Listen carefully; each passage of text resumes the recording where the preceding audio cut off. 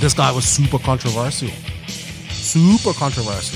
And he got in lots of fights with Vince McMahon, and Vince McMahon earns the WWE, right? So the WWE for me is RC. And you're Ultimate Warrior, except that this guy could actually fight. He was built, like fucking a Greek god. he made lots of money, and about the only thing that you sure with the Ultimate Warrior is that he did it his own way, right? And he had no filter, but everybody hated him.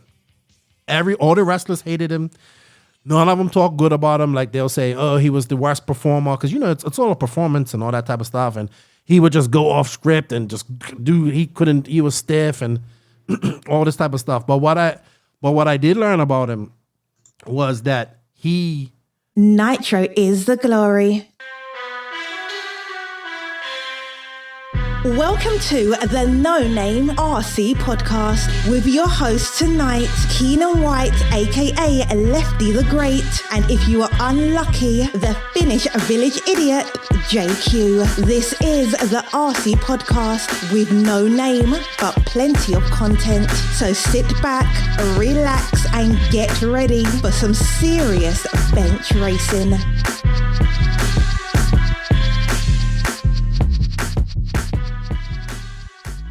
Yes, indeed. Nitro is the glory, but E-Buggy pays the bills. What's going on, everybody? Welcome to episode number 71 of the No Name RC podcast. I'm your host, Keenan White, a.k.a. Lefty the Great. And this week we have a really good podcast, a blast from the past. We got Chad Bradley that came on. I think he's 2001 national champion, many-time world finalist. And it was a great chat with Chad. I used to be a fan of his. Back in the day, he was definitely very heavily involved on social media and stuff back in the starting grid days, like the early social media days. And he was a fast driver, and now he works for A-Main. It was a good chat, hearing so many stories about him through Dagani and back in that era of RC that I kind of came up in. I want to say that's the Attitude Era. That's what I'm going to call it, like wrestling. So, Chad Bradley, thank you for coming on. Thank you to all of our supporters, the hashtag NNRC Squad around the world. I know we missed a week last week, but we'll talk about that once I talk to Rupert. Thank you to our Patreons for all your support. I really appreciate it. You guys help keep these bills paid. I appreciate that. And thank you to our sponsors that are RCMX, Tekno RC, JQ Racing, Beach RC, BK Servers, Papa Willie's Traction, Tonic, and RC Racework. So thank you all for the support. Remember, everybody, showing our sponsors some love shows us some love. And what's going on, Beaker? How you doing? I'm doing good. Now, why are you coming in all hot? Your mic, something's up with your mic, dude. Get your stuff right. You had a whole 2 weeks to get your stuff ready. Yeah, Okay. Yeah, what's up, man? Just before we go on any further, the call-ins was pretty good this week as well. It was myself, Wally, and Richard Saxton. It was fun. Appreciate the King coming on. He enjoys this type of stuff, and it was great. Thank you to everybody that called in. We got about 10 calls, Joseph. Went on for about an hour and a half. Everybody was teasing me because I look like a knoband now with no beard. I got too hot. I shaved it off, and I regret every minute of shaving my beard off now. So... How fast does it grow back? I got stubble already, so it's gonna take a while. You can see your double chin. I know. That's what I don't like either. So gotta hide that. I gotta lose weight. Then I'll be all right. But grow a beard or lose weight. Both. I'll just do both. Okay. All right. I know I keep saying that, but I need to do it. Before we go any further, I just want to shout out and say R.I.P. to Tim Thomas. Dallas, I believe he was in Dallas, Texas area, maybe not that exact area, but he was Indy RC. He worked at Indy RC, I believe. And he was a fan of this podcast. And man, Tim and I used to get in some long ass debates on Facebook about RCGP. But a really good guy. He passed away about 2 weeks ago, I think now. Maybe less than that. Eddie Garza and hit me up and let me know. And, all those guys are good friends. So, rest in peace, Tim, man. It's a shame. Nice guy. I know you met him. You met him at when we went to Indy, right, Joseph? Yeah. Did he used to argue with you about RCGP as well on Facebook? No, I don't think so. Yeah, we used to get in like 1 and 2 hour debates, but really good dude. And the RC has lost another good dude. And I saw another dude passed away in California. I don't know him personally, but he ran for Raw Speed, and apparently he passed away too. His name is missing me right now. Let me pull it up on excuse me, on Facebook and see what's going on. But yeah, what's going on? Well, before we go on any further, we did take a week off. I needed a week off, man. I think I finally left the house, Joseph, after 30 days. I went to where did you go? I went to Puerto Plata, which is about an hour away.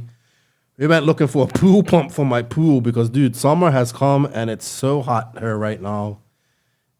Like yesterday when I was talking to you, dude, it's crazy. Like I really feel for people who get involved in forest fires because yesterday, like the dump's been burning for a while here, since last week.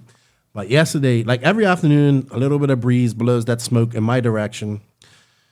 And it's bearable. It sucks, but it's bearable. But yesterday it was like 20 knots out there, and that smoke was just everywhere. Like you just looked outside, there was just a thick haze of smoke. It sucked so bad, and it was hot and humid.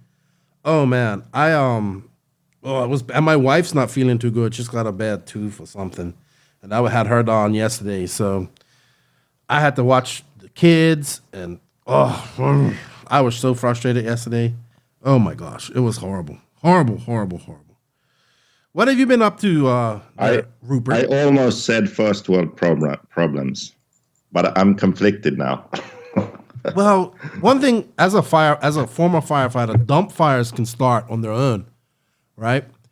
This is like where all the refuse, like trash and everything goes, like foliage, everything. So yeah, that sucked. But yeah, man, it's just I needed a break off I should have took a break off Facebook, but I didn't. It's kind of hard to do that. But I think like being in the house and just seeing all the craziness and stuff on Facebook, it just got to me. It's like I need a break. And we didn't do a podcast last week, but we're back this week. Like I said, the call-ins are pretty good with Richard. And what about you? Well, I don't know. I'm gonna rip into you a bit. I don't know. Maybe I'll save it for the rant. But boy, you was one triggered snowflake last week. So, but this week you've been calm. So I don't know what's going on with you. What you been up to? I've been busy on working. I've been going to the track too, actually, because the local track is just 5 minutes away, and it's no one there daytime really. So I go in daytime for a few hours, and otherwise I've just been working on stuff that people will see one day in the future. Yeah, I'm excited because you ain't even telling me what's going on, but I have an idea what's going on. I'm not dumb. Maybe you'll tell me, and I know why you ain't telling me because I'll tell everybody. So yeah, good stuff.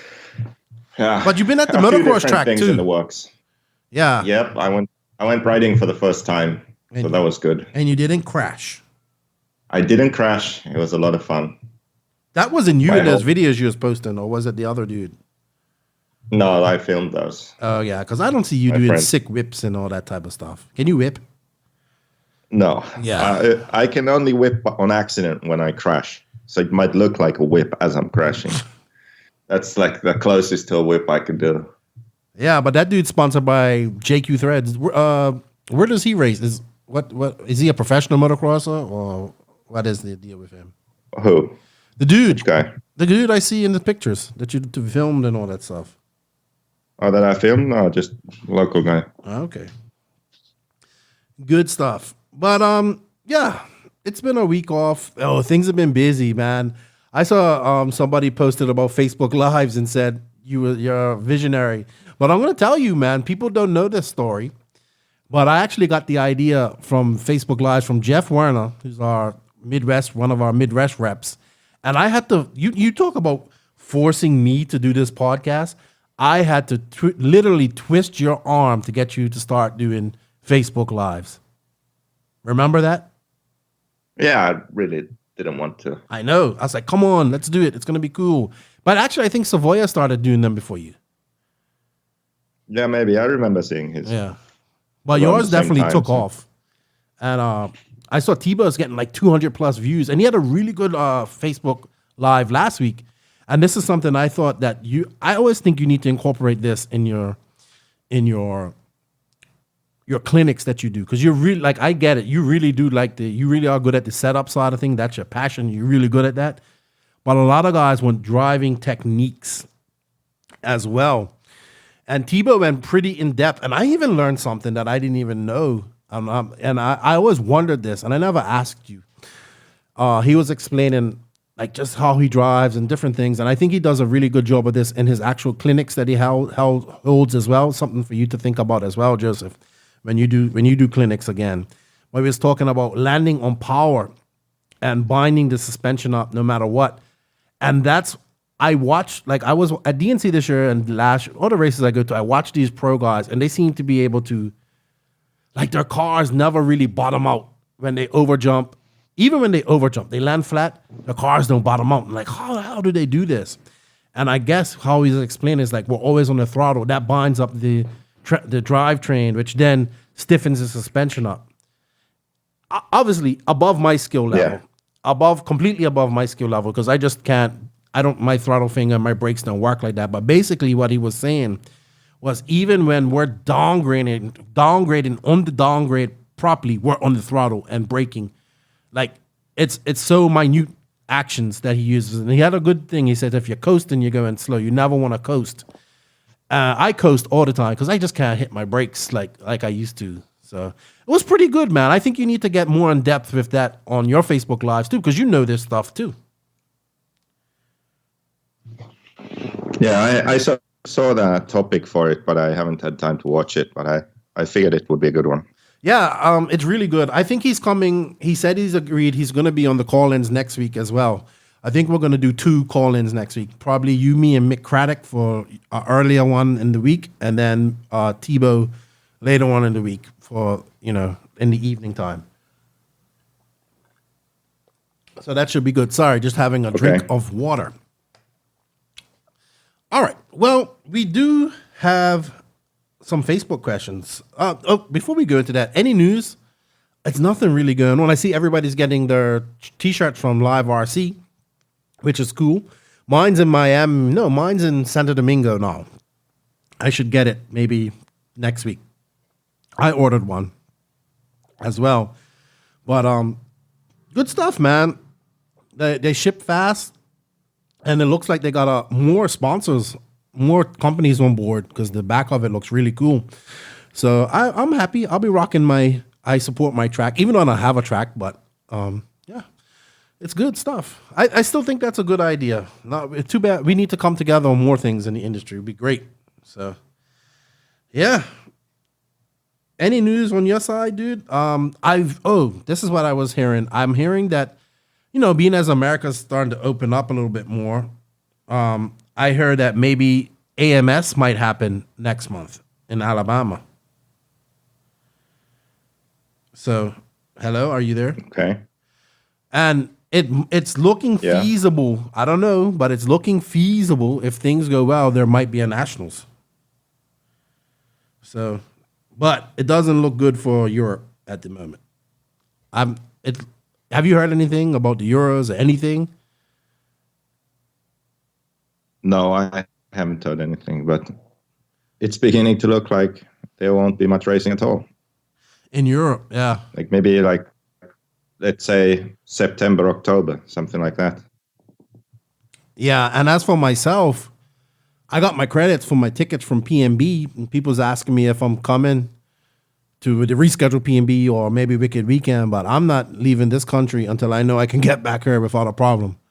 So, yeah, I don't know. Travel's going to be difficult. Yeah. Travel's going to be difficult, especially for the European guys. They're not going to be able to just travel anywhere they want for now. So I know everybody wants to get back to normal, but so do I. Like, I miss racing. So hopefully we get something going in America, but I don't know. We'll see. We will see. If AMS happens, that'd be great, but it's supposed to be next month. We'll see what happens. We will see. I just saw Dave talking about it, but not really much news going on otherwise than that. We are going to do like a small little new segment here. I didn't tell you about, maybe I told you about it, but maybe once a month we're going to do a product spotlight. I kind of want this for smaller companies, really small companies. They come on 5-10 minutes, talk about their product. We're going to do a giveaway to our listeners. So that starts next week. We're going to do our first one next week. I talked to Charlie from Pitt, the guy who does the new saucy washer thing. That's pretty cool as well.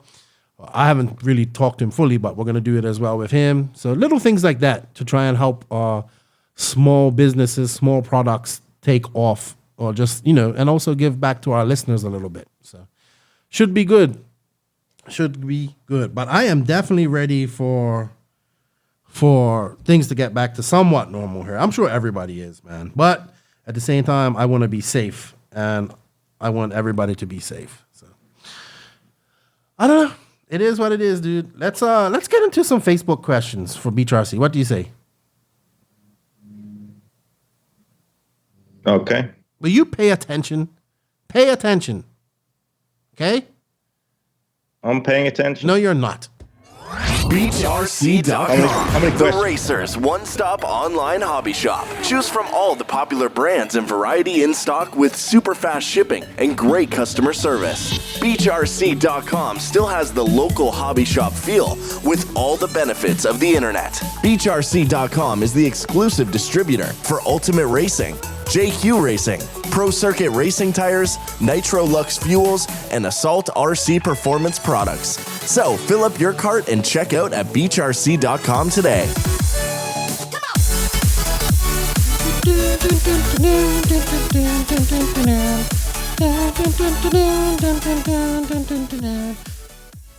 Beach RC has been busy taking too. Up singing now or what? Hey, don't be upset because you don't have any vocal cords. But you can play the violin pretty good, can't you? Okay. You can play the violin pretty good. We just need a sponsor for the story segment if you want to hear about that. You can. You know what? I want you to talk. I want to tell the violin story so bad. So bad. So bad. So bad. I need that picture that you have of you playing it in some sort of. You look like in a mariachi suit almost. Like the mariachi band that plays at like Mexican restaurants. Can we just do the Facebook questions? See. Let's do the Facebook. Why so serious? Why are you so serious, dude? I have things to do, places to visit. What, you got a date? You got a girlfriend? That's the first thing you think, isn't it? Yeah, well, no, I don't know. I say that. Before we go on any further, what's that thing called Clarkskonenek or whatever it's called? Where you sit that thing in Finland, Clarkskonenek or whatever it's called, where you sit and drink in your underwear in your home. Oh, Kalsari candy. Oh, well, you know what? If you guys want to understand why Joseph argues with everybody, there's a video of this Finnish guy doing paper, rock, scissors with a rock and taking shots of Jägermeister. That would explain why Joseph argues nonstop with everybody. That dude was doing that with a rock. To me, that explains Finland in one. That was awesome. Yeah. All right.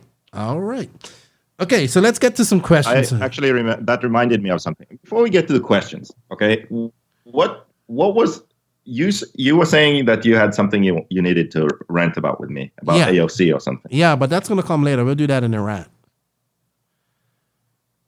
That's your rant. Okay. Yeah, well, it's kind of funny. I'm going to tease you. about it. So, Jay Zellner. Okay. We should just keep asking JQ for a truggy because it pisses him off. Yes. That was from Jay Sauner. Lucas Lauren. See, all that aggravates people's ears when you do that, all that noise. Where you sit your narrow ass down and be still. Honestly, dude, okay. I think like dealing with you and dealing with my daughter, I don't know. Like, honestly, like I'm dealing with 3 kids here. My son, Let's you. do the question. Can we do the question? All right, well, here we go. Questions. Lucas Lauren, JQ, when do you plan on acting less like a child on social media platforms and more like a CEO of a worldwide company? It would be nice for myself and other team members to promote the brand without having to explain why the owner is a jackass. Thank you, Lucas. When Trump stops tweeting. That is your alter ego right there. You and him are so similar. So similar. At least I'm not encouraging people to drink detergent. All right, we're not getting into politics on this podcast. Shut up. Shut up. Shut up. Okay. Jason Roberts, this is a good one. JQ, I'm curious how the guide you're working on will be different than the setup guide on the website.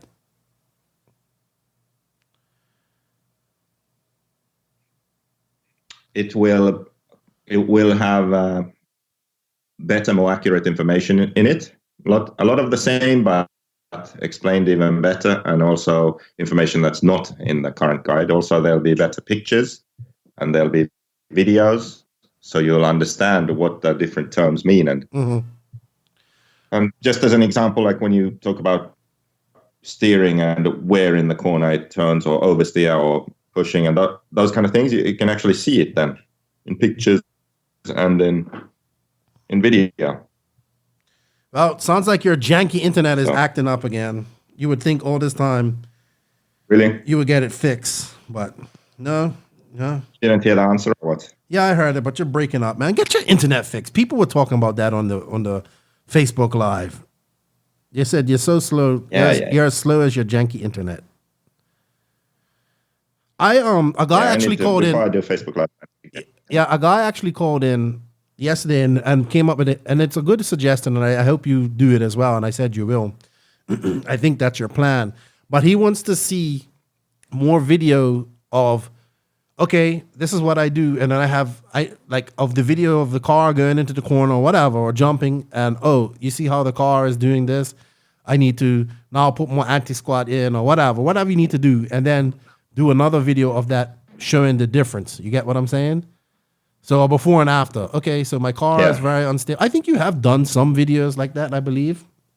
But yeah. That's a lot of work too. That's what people don't understand. That is a lot of work. It costs money, and the time going into actually do the footage and then edit everything is a lot. It's a lot. So that's why, like, Corey Drakenberg takes a year to release a video, because it's a lot. He gets a lot of footage, and he has to go through all of that. Yeah, it's really, and that's why the RCGP docuseries is going a little bit slow. All right, Enrique Maloney. Enrique called into the podcast last night, like 2:00 in the morning in Italy. And he says, don't you think the racing side of RC is missing a pretty big market? In my opinion, more companies should make RTR buggies based on kits, but with cheaper plastics and aluminums. Right now, the only good RTR is basically S-Works. All the other cars are either outdated or poorly made. Sounds like Lucifina has woken up from her slumber, and I'm going to have to change diapers here in a minute. But go ahead, Joseph.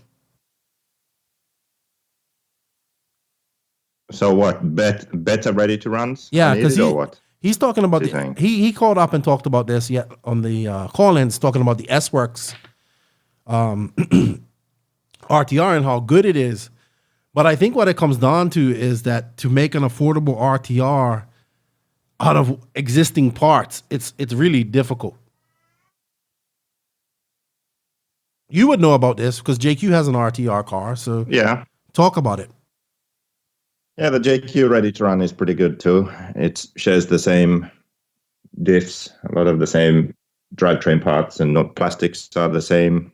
Obviously, it's the old model now, but still, I mean, that's still a good ready to run. It's not one like a cheaper one. So, if shock towers are strong, it's still. But what makes it difficult to still make a good ready to run? But the problem is that the cars are pretty cheap already. If you really think about it, I mean, what you're getting for $500, $600 in a race kit, you would need to somehow, for a lower price than that, sell that car and radio and engine and servos. It's just the margins aren't big enough to make a really good ready to run at a really good price. Yeah, the margins are just not there. Yeah, and it's difficult. Like you're talking about just make these parts out of cheaper aluminum and all that stuff, but it's still just not that difficult. I mean, I'll tell you what. AE has done a really good job of remarketing old kits, and old parts, but in a different genre of RC. So they now have that Element Enduro car scale truck, which uses a lot of older kit parts that they can reuse and molds. And then I've recently come up with the no prep drag car, the DR10, which is based off one of the older short course platforms. But it's really difficult. I guess the S-Works one's pretty good. We would have to see it. I haven't seen it. So anything else you want to add to RTRs before we go on? No. All right. Next question comes from Andreas Fingi.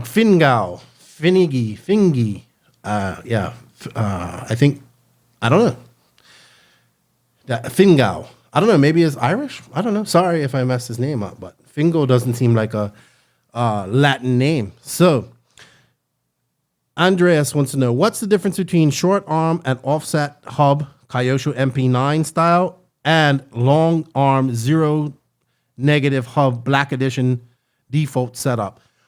What would be the perceived difference in handling, and what's going on more of a scientific note? Sorry for reading that wrong. The Kyosho style with shorter arm outside and more offset.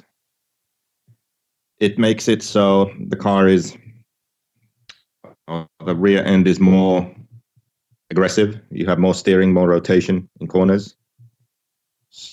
So it's faster in that sense. Or it has a feeling of being faster. It can also be trickier to control. It consists of a long arm with less offset. Yeah, more easy, more consistent traction, rough, inconsistent grip tracks. It has sort of more stability. I think, then another thing, I think it's easier to get the sort of long arm, less offset to work in bumpy conditions than the short arm with a lot of offset. I think it has to do with camber change. So the way the camber changes on the tire when the suspension works is different, and also scrub. So on the short arm, a lot of offset. When you push the suspension down, the tires want to move inwards. They want to drag on the track surface inwards. So that sort of makes the suspension stiffer because it's trying to drag the tires on the track surface inwards. And it doesn't work as good in bumps. With the long arm, less offset, there's less scrub. So the tire doesn't want to move sideways inwards as much as the suspension compresses. So those are the main things I would say about the difference between those. When we had the adjustment we used it still on the white edition. Basically, with the short arm and a lot of offset, the car would feel fast and nimble, and a lot of steering. It would sort of square up quick and go straight. So it was good in that way. But then if we went long arm and less offset, it just felt like the rear end was so much more calm and had more grip and we didn't like it at first as much because we didn't have as much steering and hairpins. But then when we worked on the steering, we could run the long arm, less offset, have the grip, but also have enough steering. And then it was better overall because you had a calm, stable car with good grip and good steering. So, yeah, all out of words on that. Let me ask you something. Are you doing something else right now on your internet? No. Yeah, that means you are. So whatever you're doing, just stop it, okay? And just focus on this because your internet's so janky, you can't even get Skype right. All right. Good question, Andres, and great answer, actually, Joseph. I heard the passion in that one. So good job. Andreas Segreda Constantla. Sorry. Costa Rica. What's up, Andres? Putting fuel tubing in the shock shaft. I guess he means between the eyelet and the shock body. Or, well, it's two ways you can do fuel tubing. Can I take a crack at this one? I think I might have this right. Okay. Well, there's two ways of putting fuel tubing in a shock. One is underneath the piston to adjust droop without using droop tabs, which Degani likes to do because he cuts the front droop tabs off his car. But we did it on the Black Edition, especially on high grip tracks. We put between the eyelet and the shock body to reduce body roll. I think that's what it was for. I'm probably wrong. All right. So tell me if I'm wrong, and you can explain it a little better. Yeah, so we do that to limit up travel. So I started with fuel tubing, but it's actually too soft. So I use the rear hub shims, the 2 mil plastic shims. I use them instead. So either one or two of them. So what it does, it limits how much the tire can move up after the chassis has bottomed out. So you press the car down, the chassis hits the ground, and then you can still lift the tire up a bit. So that's up travel. And if you can adjust that, so the more the tire lifts up, the softer the car will feel. It will go through bumps better, but it will also roll more. So it's not as good on, high speed sweepers and high grip tracks where you don't want the suspension to have that much travel to where the chassis can roll to that degree, that extent in some extreme case. So that's, if you add those shims, what happens is it will actually make the car carry more speed and be easier to maintain corner speed. And I remember I specifically remember I did this at the Fall Brawl one. So the Fall Brawl track for the mains was super smooth and quite high grip. And on that track, when I did that change, I gained a lot of corner speed.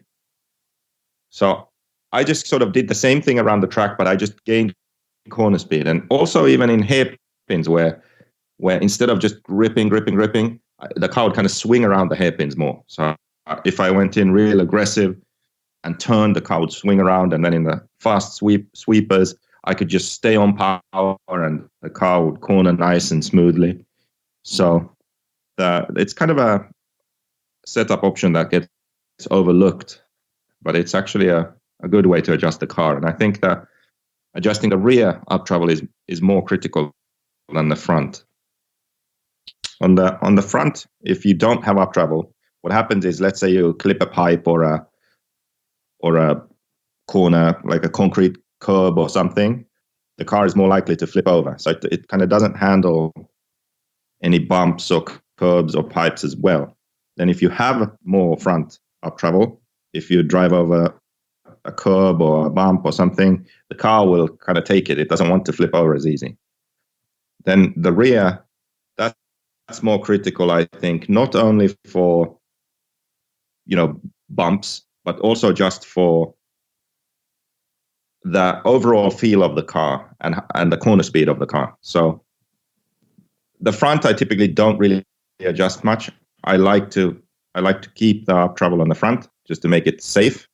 So if I make a small mistake, I won't crash. But on the rear, I like to adjust it where, okay, it's bumpy. I remove the shim, try more up travel. I feel like I need more corner speed. I add shims, so yeah, play around with that and figure out what works. All cars are different, so that requirements are different. Yeah, for sure. All right, great question, Andres. Darren Johnston from Down Under, and he's been asking me about this, and you need to get on this too. When is JQ going to release some new setups? We were promised some 2020 option kit setups for February, but still nothing. JQ needs to spend less time on Facebook preaching politics and more time supporting JQ drivers. He has been waiting for a setup sheet for that. People have been waiting for that. What's the hold up, dude? I don't know. I'd probably have it, but just I've forgotten to upload it on the website. Oh, don't you worry. This is all going in the roast rant that I have all planned for you here shortly. Don't worry. Oh, okay. All right, Darren, you heard it right there. And just keep on his ass about it. Get it uploaded, dude. Get it to Scott and let him do it. Scott's doing a good job, too, by the way. Posting up some good tips and stuff for the JQ drivers. Chris Trudeau. Will mud trucks be the new glory? He's asking for Colin. Now, I'll answer this because you don't know anything about this stuff. I'm a big scale guy. I like scale stuff, and I like that a lot. So Colin's building these mud trucks. It's apparently a really big motorsport in like the Southeast and all that stuff. When I explain why, it's basically like taking trucks, putting thin tires on them, they race in mud. So you know why it's popular in the South because all that type of stuff's popular. But it's really cool. He's building one out of some axial bombers, and he trying to start a new class. And I think it's really cool. It's a lot of work. And that's where the tinkering side of RC is now, on the scale side.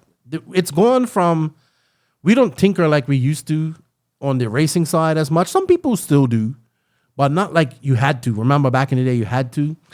But all the tinkering now is on that side of the hobby, of that side of the scale side, the drag racing side, all that stuff. Those are the new tinkerers in RC, in the hobby. And I like that part of it. I'm not good at it.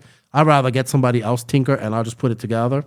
But yeah, he's putting these mud trucks. They look pretty cool. I'm looking, we'll see how they race in the mud. But basically they race, I don't know if they race drag races or a course in the mud. Probably like a drag race. But man, it's something about mud and trucks that they like, but it's popular, dude. They have it's been on television and all that stuff. So good stuff. I don't know what the future holds for that, but Colin's doing a pretty cool build. And we have some WhatsApp questions. This is from Israel, from Tomar Itan. He wants to know, Joseph, when you start a new project, what is your thinking process? Where do you start? Do you start with a target price, specific points you want to improve on, and then go from there and compromise? Or he says things that you will be able to compromise on, or maybe there's a nice to-have list. Did you get that? Were you paying attention? Hello? Fuck my life. Yeah, sorry. I turned the microphone off so I wouldn't complain. And then I started talking and you couldn't hear me. Yeah, so I don't start with a price, that's for sure. X-Ray used to always say optimized, and then I did that blog post where I made fun of them and they stopped saying optimized. And to be honest, everyone has to compromise. Producing a car like this, it's just all compromises. And you have to decide which things are okay to compromise more on and which things are not. Like, what's the most important thing? And for me, I always start with the sort of performance. Like, what do I want the car to do? The first car was different. I didn't really know enough. I made a car that had a lot of different adjustments on it, but also it was very extreme. Like, it was super narrow and it had all these things that were very extreme because I sort of maximized the things that I knew did a certain thing. Like, okay, it has to be nimble. Okay, then maximum nimble. It needs steering, maximum steering. Needs a square up and acceleration, or maximize that. Like, so it doesn't create a good overall car if you do that, because whenever you maximize something else suffers.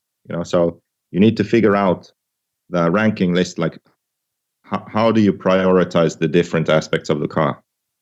So after you have one, then you just keep developing it further. You don't start. I know a lot of companies, they always say we started from a blank sheet. Like, that's stupid. Why would you do that?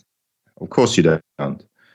You take what you have and then you build on that. You develop, you learn, and you take the good parts. You keep them. You want to keep them, and then you see, okay, so how can we keep these as much as we can, but then improve on the weaker aspects of the design. That's kind of what you do. You tweak the recipe of the car in that sense. So that's my main focus. I need to first decide what the characteristics are that I want out of the car, and then for the pricing side of things, maybe the biggest question is the material you use. Okay, so this car will make a plastic rear hub for it, because that's going to save us a bunch of money on the kit. That's important. So those decisions are the important ones, where what the spec is of the kit that you're going to sell. So do you make plastic center diff mount, or do you make a CNC center diff mount, aluminium one? Or if it's plastic, then do you have an option part instead that's CNC? These sorts of things you have to think about. Or are you going to make a plastic C-hub? Well, that can break. Is it worth the risk? Kyosho have a plastic C-hub, but everyone that races runs an aluminium one. You have to think of all those things. But performance first, and then consider the different options that what you can do to get the price right of the kit and still have enough margin to run a business. Okay. He has another question. He has, when you're working on a box setup, what are your goals? Easy to drive or something that will be okay on all tracks? I think the most important thing is that it's okay in all conditions, and it's not so precise. That camber's a bit off, everything's a bit off. It's still good. It needs to be safely in the ballpark, like a safe setup. So it's easy to drive, but it should be good in all different conditions and sort of driving styles also. Of course, it's impossible to perfect that, but if the car is good, then you can get relatively close to that. Yeah, I know you always preach that, especially with our car. You say you want a car that's 80% at all tracks, and then you can dial in the other 20% with fine tuning. And you also say sometimes you go too far, and yeah, it may be great for this track, but you go to the next track and it's absolute crap. So you had that in mind when making the new car. You wanted something that would do okay or decent at every track that it goes to. Yeah, man, I agree with that, Joseph. I can agree with you there. So we have two more questions. These come from Mike Anderson, Mr. Anderson. He wants to know, we've touched on this before. He wants to know, what is it about big events that hurt the RC industry? Well, I want to say that hurt as well as help. And the second question is, what is it about club racing that helps the industry?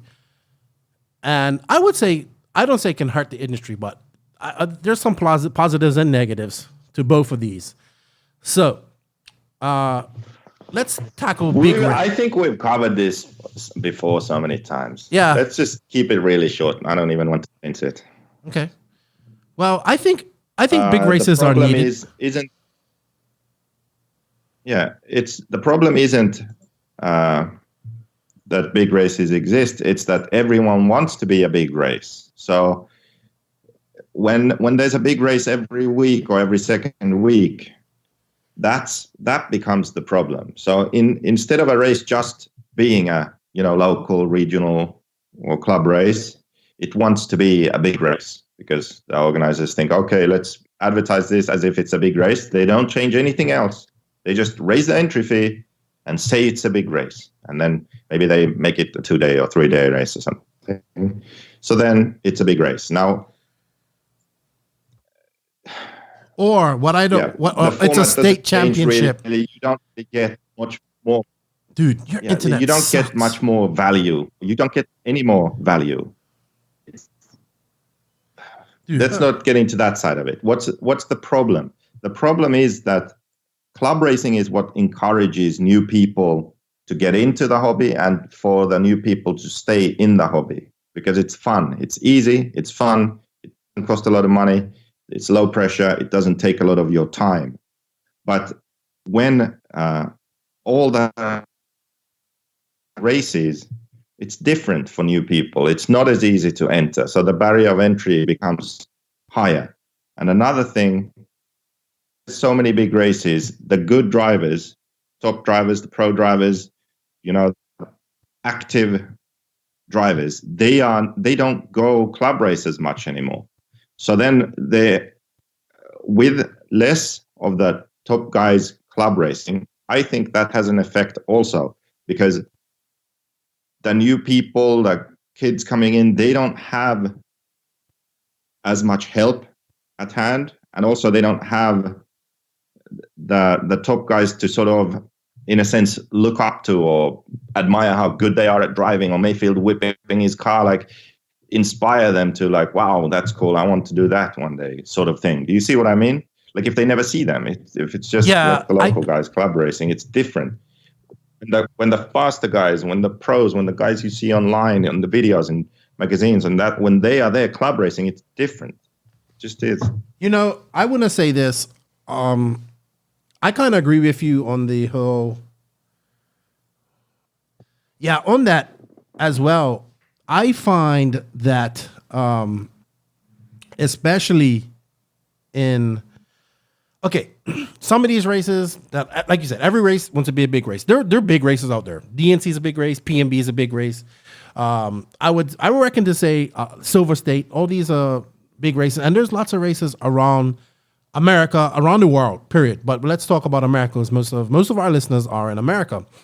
With that being said, I find that there's a lot of, like you said, almost big races that claim to be state championships and stuff like that. And that comes from, in America, that comes from not having a proper federation. Raw doesn't exist. I really wish something like Norca would come back and give Raw some competition and actually make them do something. But I don't see that happening at all. So I think those races load people into a false sense of speed as well.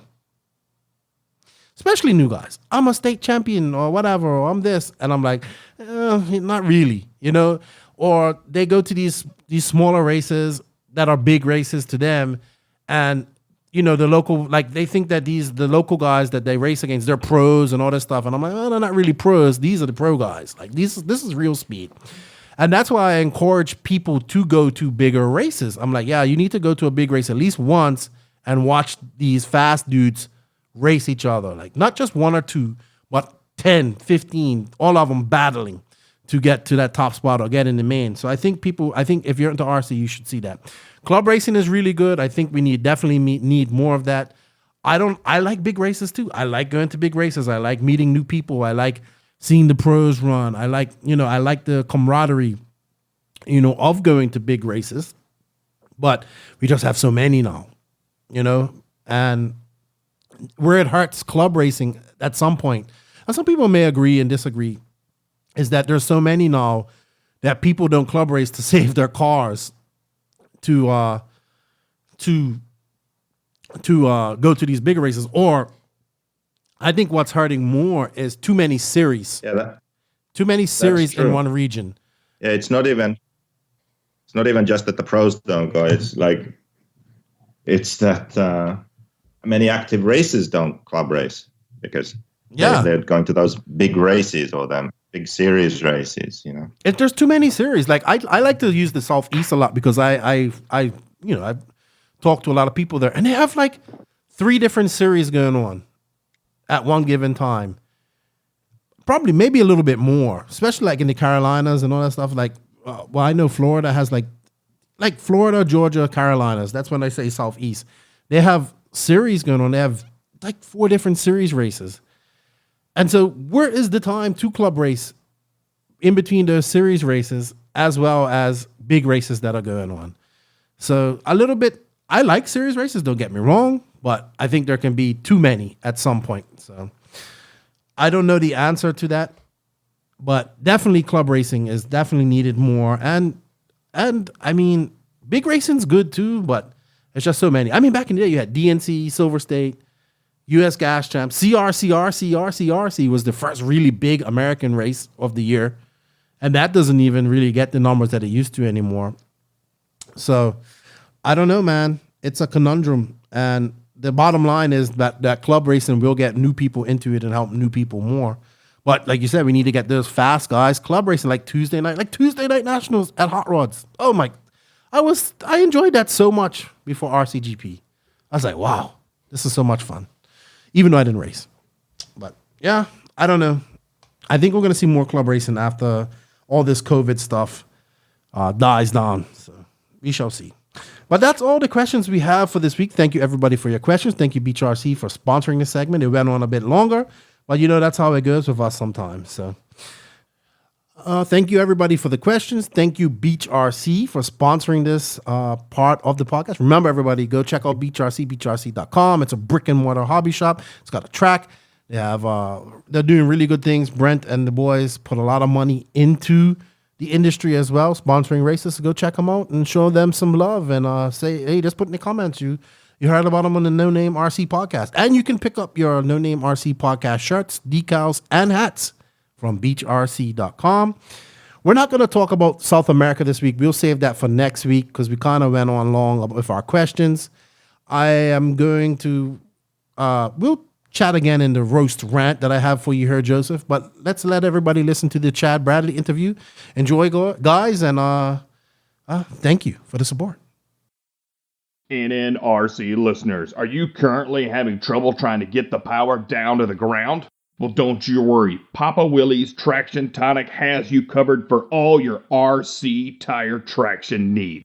Whether you race on carpet, concrete, dirt, loose, dry, slick, or high grip surfaces, Papa Willie's Traction Tonic cures poor traction.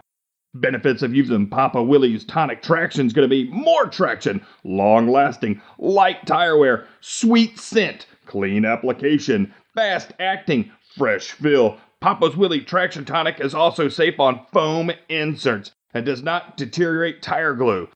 Find and follow Papa Willie's Traction Tonic on Facebook and Instagram. You can also visit them at www.papawillies.net. Use the promo code NNRC at checkout for 10% off. Prepare for victory with the one and only Papa Willie's Traction Tonic. So joining me this week on the podcast he's a national champion, a DNC champion, a Silver State champion, and he still works in the industry. And he is one of the fastest guys in RC coming up in the 90s and 2000s in Nitro. He works for A-Main now, but welcome Chad Bradley to the podcast. What's up, Chad? How are you? Hey, I'm doing great. Just sitting here in quarantine. How you doing, Keenan? It's been a long time. I know. So I have to tell this story how I first met you, and I thought you was a penis head. I got to tell you, sir. Right? Okay. So I remember back in the day, you was one of the pro drivers that was really active on the starting grid, right? You would give a lot of help and you would talk to a lot of people.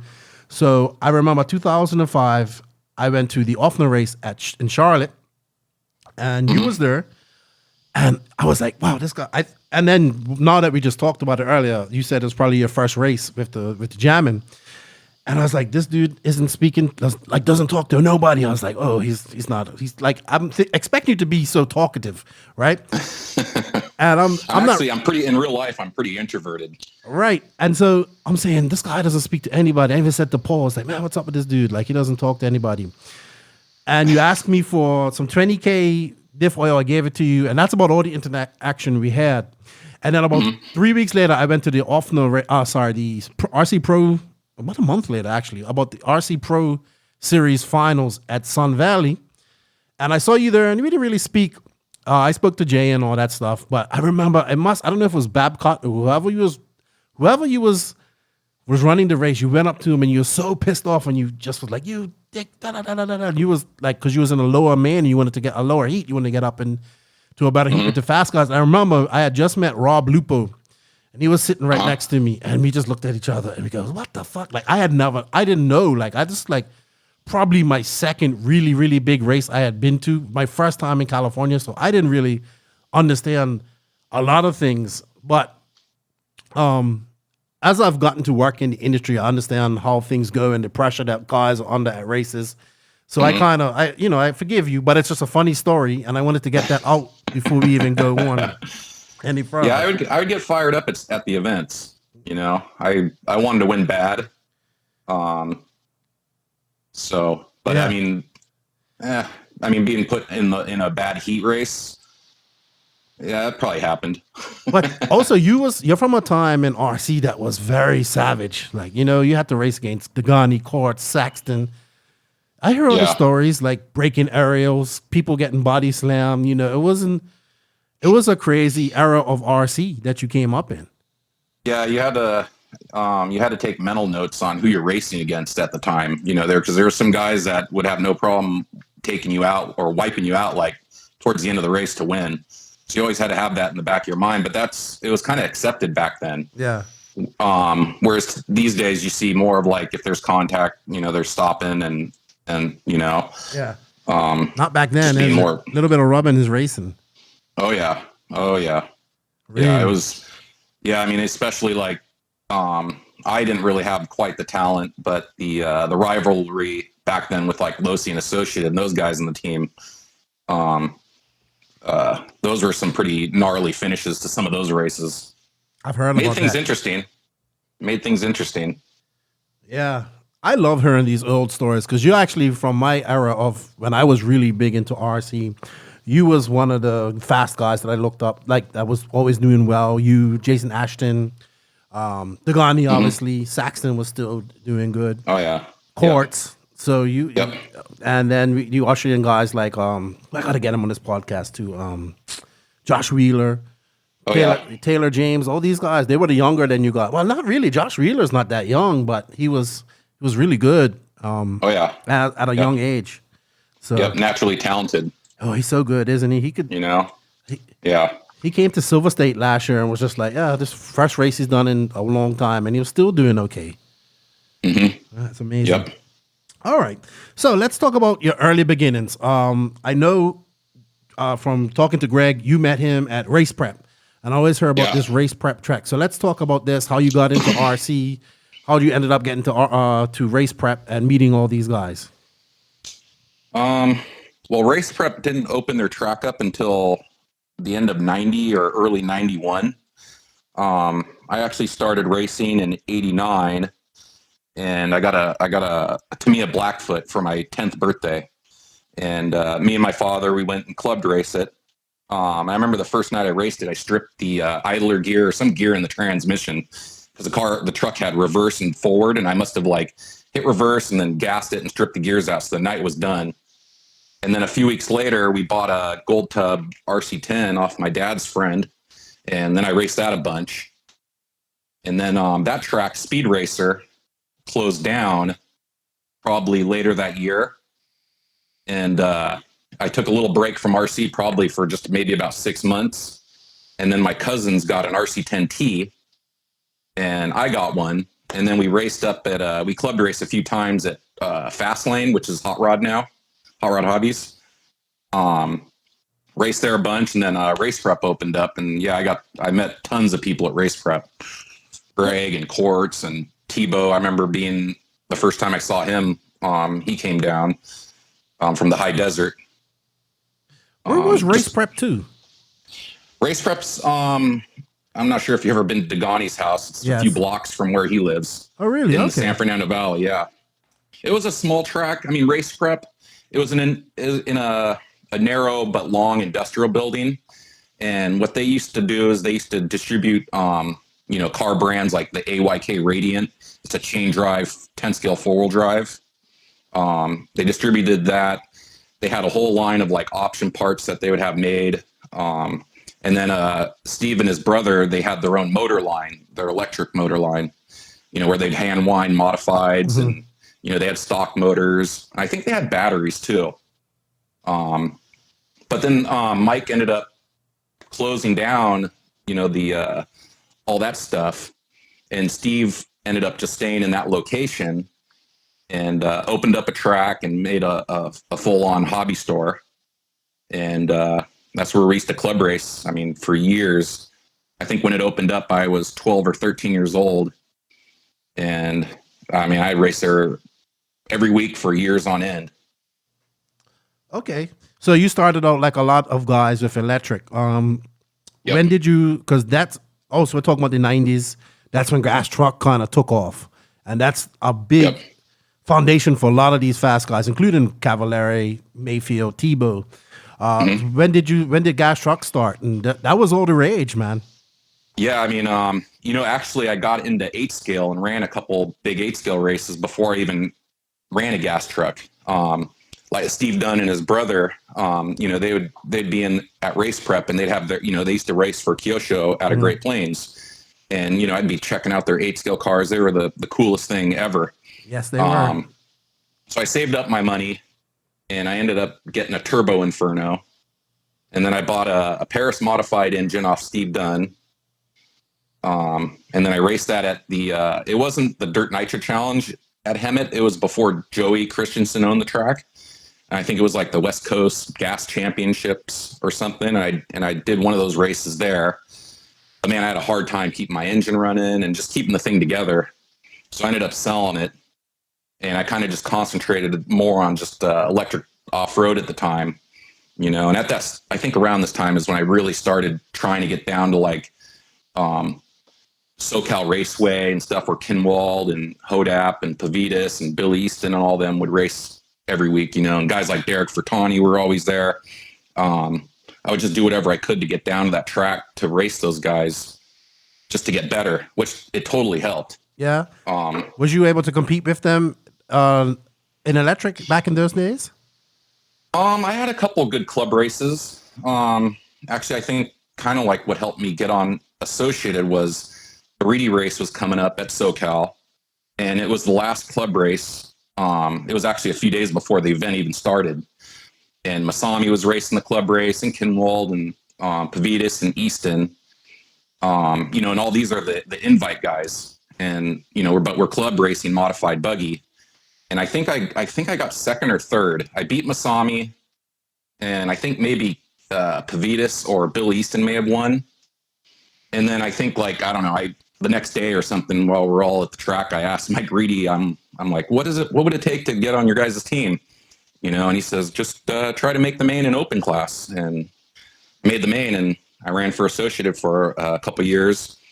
And during that time is when I got into gas truck and fell in love with nitro. Oh yeah. So you won open. Wow, the Reedy race has been around for a long time. I didn't realize it's that long. I gotta see how many years it's been around. I should know. No, this. I didn't win open that year. I was just somewhere in the top 10. Okay, but you got noticed by AE. So yeah, yep. So when you got into gas truck, was you still racing 10 electric, or did you just drop all electric and focus on gas truck? Actually, my schedule back then, like just club racing week to week, I would do. I know I was at the ranch on Wednesdays, and I would run mostly gas truck there with Dagani. This is after me and Greg became friends, which is kind of a funny story. I'll let you know how we became friends. Okay. I'd mostly run gas truck during the week at at the ranch.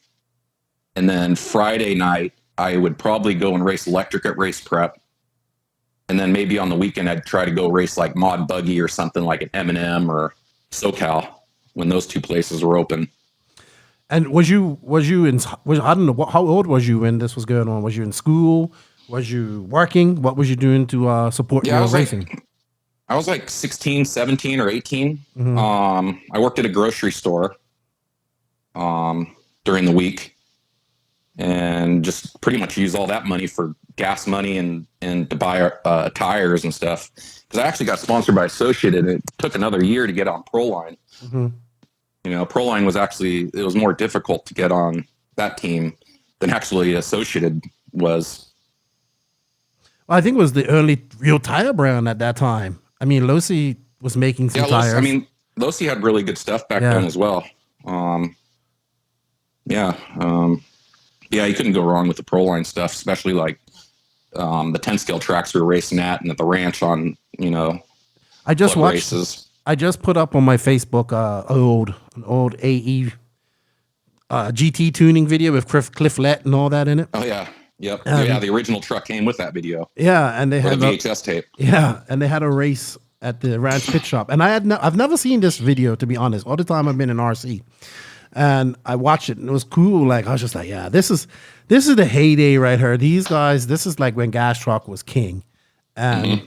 It was so cool to see. And I had never really seen much footage from the ranch pit stop. So it's pretty cool to see. Man, you guys were like, even back then, that was the mecca for RC. It's crazy. Yeah. I mean, racing there at like on a at night when the track's watered, it was just so fun. There's so much traction. We'd run like squared fuzzies and, real small pin tires still. And just, we'd have, there's tons of team guys there every week. It was just real fun. So how did you meet Greg? We met at Race Prep, actually. Greg used to run stock truck, I think with an LXT, and he used to run a Volkswagen bug body on it because the roof was rounded. So when he'd crash, it would always roll over back on his wheels. Typical the way Dagani thinks. I know. It's crazy. He's like, I don't care if my truck looks stupid. I'm going to run a Volkswagen body so it lands on its wheels. Well, anyways, the way me and Greg kind of became friends were my brother Dustin and his friend Joey were messing with him, and I didn't really know Greg at the time. He comes up to me and he goes, "Hey, I'm gonna kick your brother and his friend's ass," and I told him I go for it. So he ended up. Greg's a few years older than me. Yeah, maybe like 2 years. So he would give me rides to like the ranch and stuff to run gas truck, and he also had a gas truck at the time. But he ran a converted LXT. Yeah. I remember he used to call it the Earl's conversion or something. Yeah, he told me all about it. He was stubborn. He wouldn't get he didn't want the new car or something like that. He liked doing different things like that. He eventually switched over to the Associated truck, and he got sponsored by Associated. So we were teammates for a little bit. We would travel to the races together. Yeah, you guys lived together for a little while. For how long? Probably 7, 8 years, maybe. Oh man, that must have been. I don't even know how it would be to live with Dagani for years. I just get to stay with him a few days. He's different in real life than he is at the track. Oh man, but I've spent, when we go to races, we spend a lot of time together. Like when we come to the East Coast, we usually share hotels. I remember him and John. When I first met him at Fall Brawl, we invited this guy, Arthur. He didn't have nowhere to stay, so we invited him up to our suite to stay with us. And he was snoring so loud. Greg just came in and told just move, and they slept in a bed together. It was so funny. But this dude was loud, snoring so loud. It was awesome. And we just couldn't stop laughing. But I tell you what, man, I have so much fun when Greg's around. He just has like so much dirt on everybody, it seems. Like he can tell you stories about, he doesn't forget anything. It's pretty amazing. And it's just, that's crazy. I love her in this. Oh yeah. Yep. So yeah, when we hang out, it's like, oh yeah, you remember this, you remember that. I remember we went to a race in Maryland, I think it may have been a Kyosho race in Baltimore, Maryland. And we were both racing for Associated. I don't think we were either running 8-scale at the time. We were running only gas truck. Because we used to travel across the United States hitting up all these big gas events. Mm-hmm. And actually at the time, gas truck was a bigger deal than 8-scale. Yeah. Like, I mean, if you were to ask us at the time, hey, would you rather win gas truck at this race, or would you rather win 8-scale? And we would tell you hands down, we'd rather win gas truck. It was just it was just more important at the time. So we went to this race in Maryland, and we didn't have a sponsorship where, they would take care of the travel for us. So we'd pay our own way, get our own rental cars, and to save money, we rented a U-Haul truck. And it was like, I don't know, $20 a day and whatever, how many miles you put on it. But the hotel was like almost walking distance to the track. And one morning we went through the McDonald's drive-through in the U-Haul, and we ordered, and then we're coming alongside the side of the building, and Greg was driving, didn't realize the truck is too tall for the drive-through. Oh gosh. And almost got us stuck. We just started hearing this big like rumble. We thought it was an earthquake or something. And we didn't even get our food. Greg just punched it, and I remember looking at everybody in the McDonald's, and they're just like, what the heck, jumping underneath their tables and craziness. Put a big old gouge in the box van part of it. Oh man. Yeah. You guys definitely traveled a lot. And you went down to Uruguay for a month or something together, didn't you? Yeah. To get ready for that World Championships in 2002. Yeah. We did the Roar Nationals in Miami. The way I did my ticket was just to fly down to Uruguay with Greg. And we stayed at this guy, Nico Torello's house. Yeah. I met him on Facebook the other day, actually. Yeah, he's a super cool guy. And man, Punta del Este is one of the most beautiful places I've ever been. I always tell my girlfriend, if we ever have to retire and I got to move out of the country or whatever, that'd probably be the place. Yeah, Greg always talks about Uruguay and how much he liked it. I have a couple of friends there too. I'd like to visit there myself one day. But we're going to get onto that World Championship because Greg had some cool stories. I know it was heartbreaking for you as well. But 90s gas truck, you're competing, you're doing well. Did you always run the AE truck, or when did you kind of go over to, how did your transition from AE to Kyosho happen? That's kind of what I want to get at. That was around 1999, I think. I was starting to put in some really good results with my associated stuff. I think I made the main and tool mod at the Roar Nationals. Got to race the invite class. I won the first year for DNC was in 99, and I won gas truck. And there was this guy from Japan. His name was Manabu Mizoda. And he was here in the U.S., I think, doing research on possibly, I think they were looking at making Kyosho USA at the time, because they were seeing how popular Mugen's been. And, there was a Mugen USA. So I think they were trying to decide if, the smart decision was to pull distribution from Great Plains in order to make Kyosho USA. Well, and then Manabu, for some reason, wanted more drivers. And they picked up Dagani. I think they paid him a little bit to leave Associated. And I don't know, maybe about 6-8 months later, they asked me if I would be interested. And probably I left probably a little bit prematurely. I should, because my results were starting to get so good, to go to a new brand. But at the time I was really getting heavy into 8-scale, and really, I was just really concentrated on 8-scale and gas truck at the time. So I really wanted to get in with Kyosho Japan on 8-scale, to get that travel and all that stuff.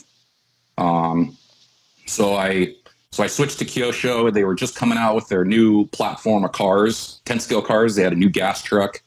They had a new 10-scale truck and buggy, tool drive buggy. I kind of struggled with the stuff. I heard that Greg always says that was the worst. That gas truck wouldn't even go straight. That was the hardest thing with it, going down the straightaway. It was like the rear end was bolted on a little crooked or something. Crazy. Crazy. But then again, we were coming from running the GT all those years, and that truck was just so easy to drive, had so much traction. Mm-hmm. It was so strong. It just had so much chassis flex in it, flex in the arms. And, I mean, you can come up short on the biggest jump, and more than likely, you're not going to snap anything. I need to get one for my collection. Yeah, I wish I had mine. Yeah. I still wish I had one. Steve Dunn's probably got one. All those pictures of those Jammins he threw up the other day. Oh, my gosh. He's got a shit ton of stuff. Oh, yeah. So you and Greg were actually teammates on Coyote Show. This is when you started to get bigger in RC as well. You did win a national championship with Coyote Show, right? Correct? When was that? That was in 2001 at Hemet. At Hemet, okay. And how did that come about? Hemet was really the only place that we would club race 8 scale. Mm-hmm. And I just would try to get out there as much as I could. And there was a period of like maybe a year and a half where pretty much every event that went on at Hemet, I was able to compete, for the win. I just wasn't mid-pack or anything. My stuff worked really good. But anyways, to kind of, before we get into this kind of has something to go with it. But, we were just talking about running for Kyosho. Mm-hmm. Well, my results weren't very good that year.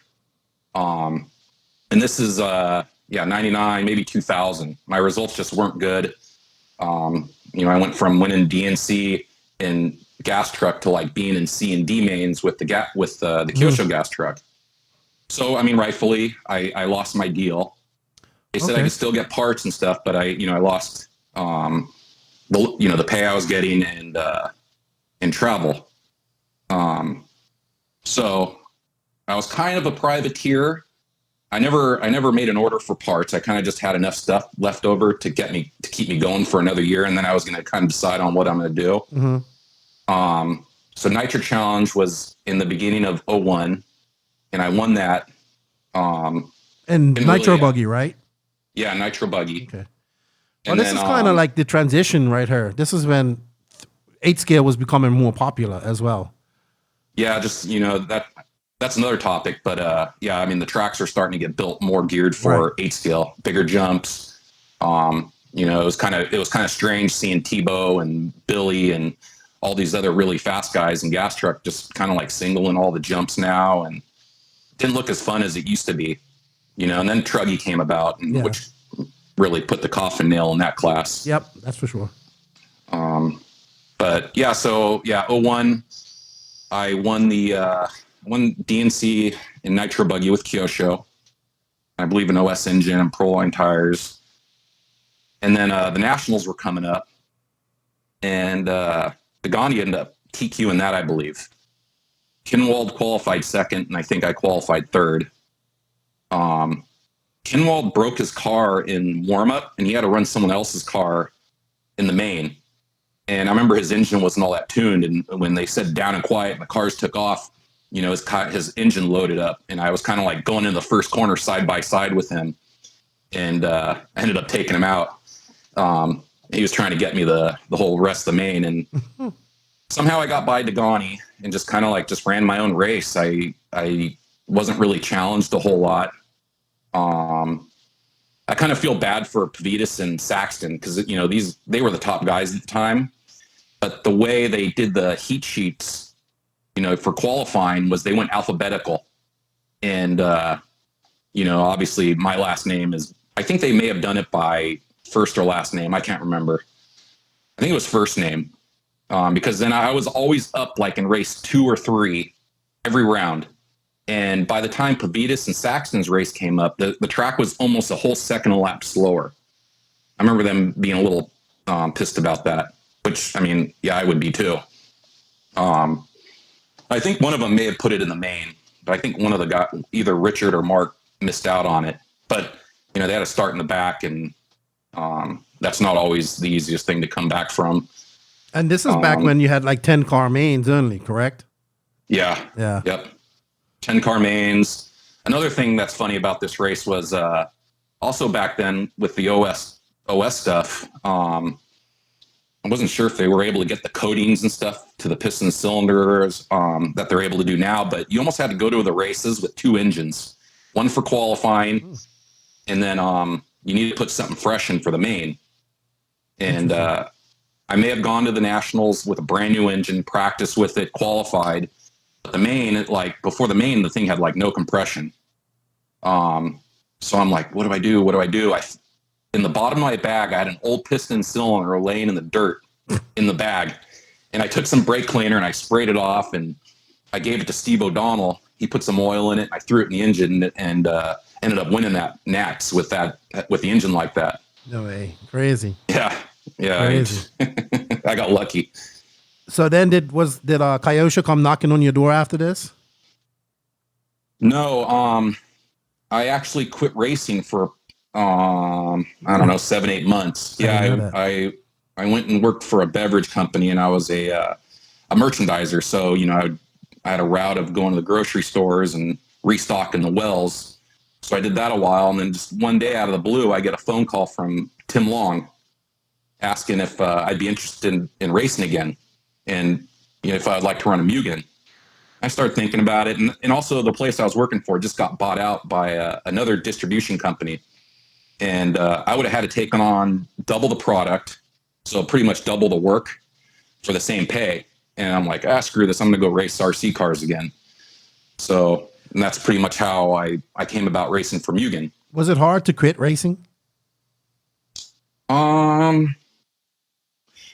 Yeah, I always had it in the back of my mind. I missed like a few races. I don't think I missed a DNC though. I didn't know you had quit. I was about to ask, what was you doing for money, being as you wasn't a paid driver per se? How was you? I was a beer merchandiser, and I made good money from that. Okay. I had a good time doing it. I'm sure. But I mean, you walk away from your dream. Like, did you think you was ever going to come back, or you just said that's it? And then, well, you know what? I was kind of pissed after I won that NACS. I think it was pretty much probably because I didn't get any thank you like from Kyosho or anything, and I'm just like, all right, I'm kind of done with this, Not even any contingency from him? No. Crazy. Yep. So Tim, but it was different, Yeah. It was different. Tim Long calls you up after 8 months. Mugen, I think this is what? When we say MBX4 days we're talking about here? Yeah. Yep. It was the last maybe year or two of the MBX4 before the MBX5 came out. And it was kind of a struggle at first, coming from like a Kyosho MP 7.5 to the MBX4 at first. What was the big struggle? Going through the bumps. Okay. And just how much speed the car would carry through the bumps. Well, if I'm correct, I think we always considered that a European style car back in that time too. Yeah. Yep. So. Yeah, because when we went down to Uruguay and I had the MBX4, that thing was unreal good. I'm like, man, what the heck? Where is this coming from? Yeah, I was a Mugen dude. I hated Kyosho, so I was all Mugen at this point. Right. And I just remember, like, the Euro tracks weren't that rough. Didn't have the big jumps. Much more, like faster and whatnot. And I remember everybody saying that this was more of a Euro style car. The MBX4, the MBX5 was good though when it came out. Oh yeah, that was amazing when it came out. It was so fun to drive. It just, it was everything I was kind of looking for in my MBX4, coming from the Kyosho and some. Worked really good on bumpy tracks. Worked really good on smooth, high traction tracks, loose tracks. It was just a really good car. So you joined Mugen in what, 2000 and end of 2001-ish, I guess, or 2002? Yeah, probably around 2002. Okay. It was me and Jason Ashton and actually Travis and Mesqua got signed right at the same time. It was 3 of us coming on board right away. How was the pay back then? Because I heard a lot that Mugen still doesn't pay. They didn't pay good back then. They still don't pay that great now. How was it back then? It was kind of on the low side, but I was happy with it. Okay. I still worked also all throughout those Mugen years. I worked with this guy, Eric Beyer, who raced a lot with us. He was actually racing for years before I even got into it. You know, he ran for Rick Howard and Peak Racing and a few other companies. And he had an electrical company that I worked for about 5 or 6 years. And so it was very easy to get off for the races and stuff like that.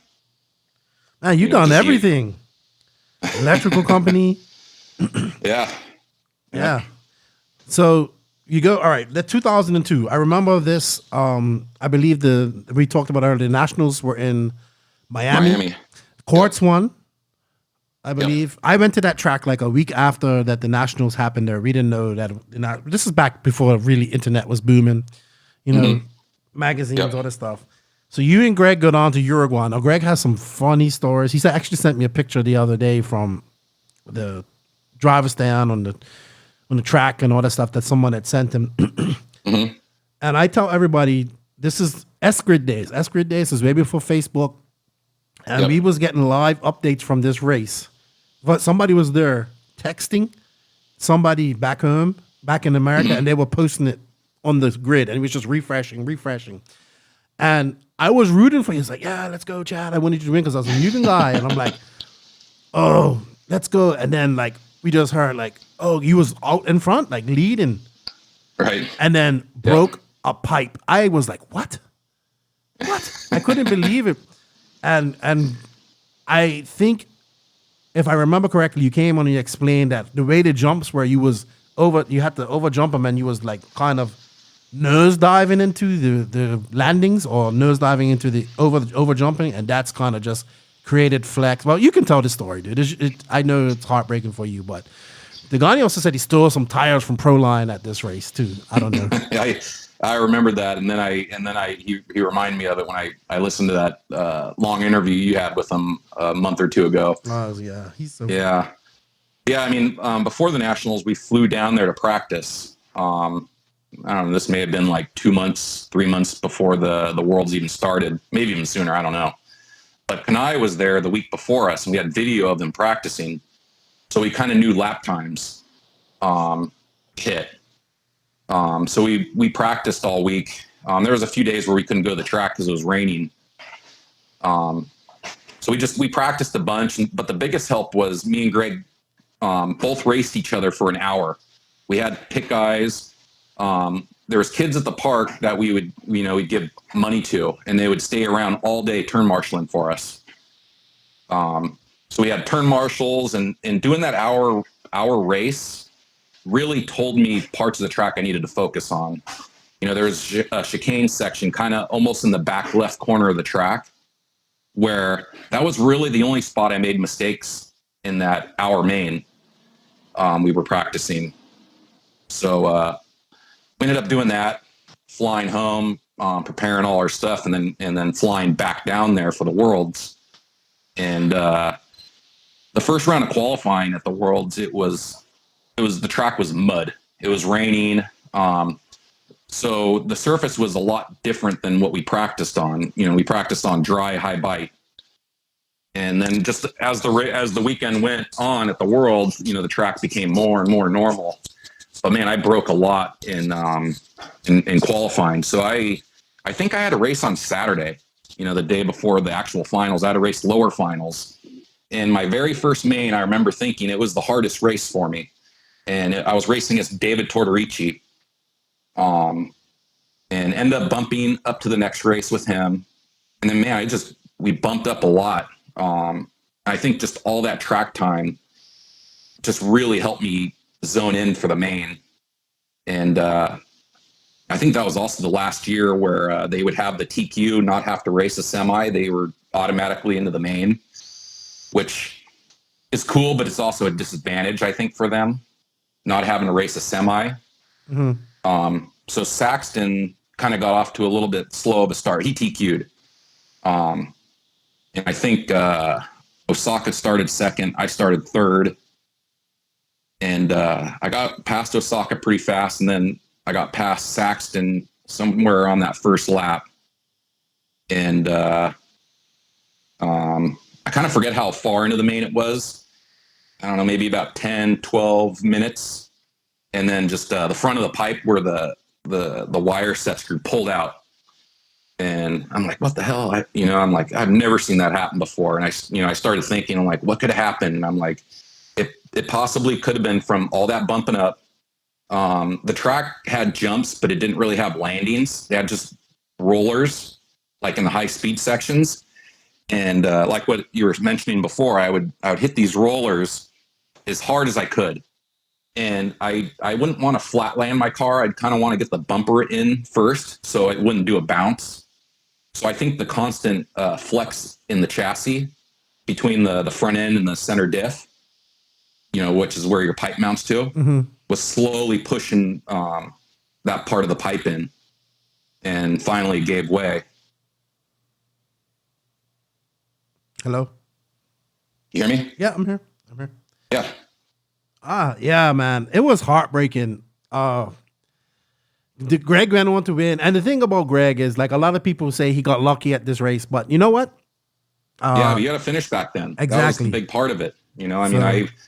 I was in a few of those situations where I wasn't nearly as fast as the guy leading and just lucked out by them not finishing. Yeah. But I think a lot of people was just not expecting Greg. And let's get this right too, because this is the first ever American world champion in 8 scale. Right. Yep. So, I mean, there's only been him, Cody King, Pavitas, and okay, we can say Ty, but he's Canadian. Yeah. So, but there's only been 3 really. So there hasn't been many, but he won it, and that's how it goes. Was you like kind of devastated after this? How did you regroup from this? Because this is probably your best chance at winning the world. Or did you get another chance later on in like the upcoming world? I wasn't too bummed about it at the time. I kept telling myself, I'm like, this is like the first time you were out on the world stage and showing everybody what you could do. There's going to be a lot more races. You're still pretty young. So I kind of just fed off that instead of getting down and just making it a point to always check out my pipe, like at these races, Yeah. or any stupid thing that have happened in the past, to eliminate. So let's talk about after the worlds. You're still running from Mugen. Mm-hmm. I think you stayed with Mugen till about 05. Yep. What other successes did you have while at Mugen? Did you? Because the one thing is really hard to find is results in RC for people. Yeah, there wasn't a whole lot of internet and stuff back then, or there was no Neo Buggy really, and just the grid, dude.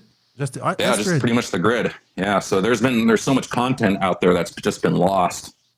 Digging up old magazines would give you a good idea of how it used to be. With Mugen, I think I won a silver state with the MBX5, and then a Nitro Challenge, and it was the first year they had Truggy there, and it was basically just a converted MBX5. What did you convert your Truggy with?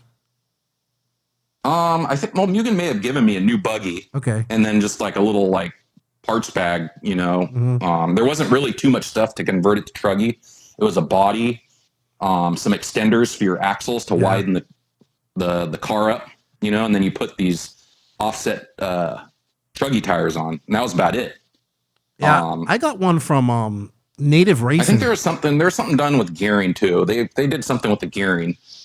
I think I got. But it didn't really handle too well. Yeah, it was short and it was narrow, and it was just. I remember it was pretty difficult to drive. It just felt so much different than the buggy. Yeah, but this was like the murderer of Gas Truck. We're talking about her, and then remember, Panther had those tires that were just a bit bigger than buggy tires, and people were just basically taking a buggy, slapping those tires on it, putting a truck body on it, and basically just running a buggy with bigger tires, just slightly bigger tires.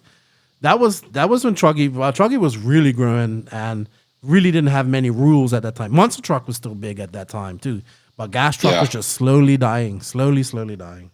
Yeah, unfortunately, I mean, I don't have any more fun club racing than with Gas Truck.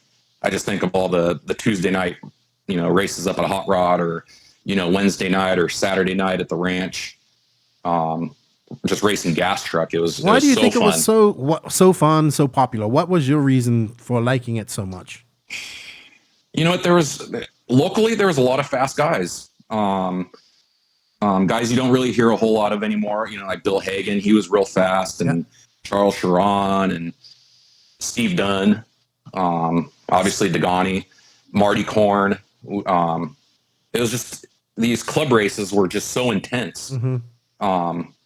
You know, I mean, even racing 8 scale at Sun Valley on a Saturday, just a normal club race, and you look on the driver's stand, it's like, holy crap, 7 of us were in the main at the Worlds. Yeah.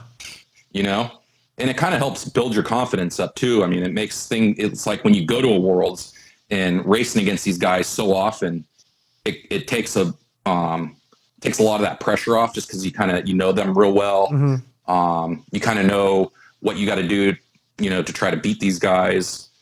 I remember that sort of stuff really helped me.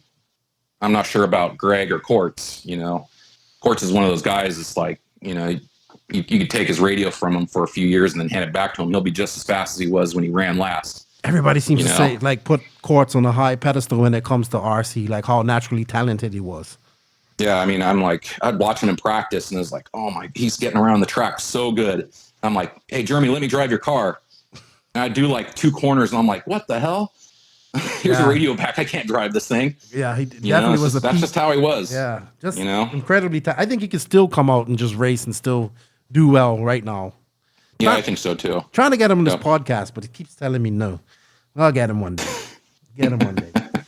So, how did the whole also in the jamming team? This is when I met you. I was running jamming through Paul. I met Jammin' Jay. Like, jamming kind of took it to that next level, man. You went, everybody pitting together. No matter if you was some squid, you just got to pit with them. And just an awesome team experience. Jay was cool. I remember when I went to Sun Valley, he calls me and, hey, what's going on? You need anything for your truck? I was like, yeah, just maybe some wheels. And then he goes, oh, what's this story? I heard about you met some girls down in North Carolina and end up staying with them. And how you? And I said, yeah, you know, we're just me and my buddy, and just the coolest guy. I really enjoyed talking to him, interviewing him the other day. It was really good. I know he has some really cool stories. And I know, how did you end up becoming a part of jamming? I've actually known Jay for years, from back at the race prep days, because he was always real good friends with Steve and Mike Dunn. You know, and I'd be just club racing on a Friday night, and here comes Jay Halsey. It's friggin' first time two-wheel drive world champion come walking through, and I was like, oh man, this is amazing. And he would give me some of his parts here and there he was making. He had like some Losi bodies he was making and associated stuff, and like he made he has a router at his house, you know, his workshop, and he would give us like carbon fiberglass shock towers with some, you know, different than stock adjustments on them. So that's how I got to know Jay, and just known him throughout the years, you know, of him being at the track racing 8 scale with Mike Dunn and Drake. But the way going from Mugen to Kyosho came about was Jay was actually asking me if I'd be interested in running, because he knew Adam had to leave, because, you know, Adam Drake's full-time thing at the time was, you know, working for Losi. You know, Losi, and they were developing their 8 scale. Jay knew the car was coming out, and Adam had to go and race for them, you know, because he works for them. So he kind of had me come on board to fill up Adam's spot. I didn't do it right away. I was having some real good results with Mugen. So I didn't jump at it right away. It wasn't until like I asked Mugen for a job, and it's probably the good thing they didn't give it to me, because I probably didn't realize how expensive it was to live down there in Orange County. Oh, yeah. So it just kind of worked out probably for the best. So that was one of the reasons. Club racing down here in SoCal, you kind of the Mugen stuff wasn't as popular as it once was. You just saw tons of jammins at the track. Mm-hmm. And that was always kind of my thing. was I like to run the car that most of the people at the track are running. It just kind of like helped push me to do better. It's like I kind of wanted to win for them. So that's kind of like what, you know, those are the reasons why I finally made the jump over to jamming. And both of them, I mean, both situations had its, you know, its good points. You know, I mean, both teams were fantastic. I get along with everybody, you know, at Mugen, and that was at Mugen at the time. Jason Ashton was an awesome teammate. And you know, and then obviously, you know, all my jamming teammates, it was really fun. That's such a big team, dude. What? Yeah. Big team. And not just like, okay, I think it was like you and I mean, Dino was fast. Dean Saxton was fast. Yep. And Taylor James was Gary Guest. Yeah, Gary Guest. I forgot about him. What's the dude that Matt Gosh? Matt Gosh. What's the dude that came with Matt Gosh? With the ponytail. Oh, I can't remember his name. It's on the tip of my tongue. He used to hang out with the McCreary brothers.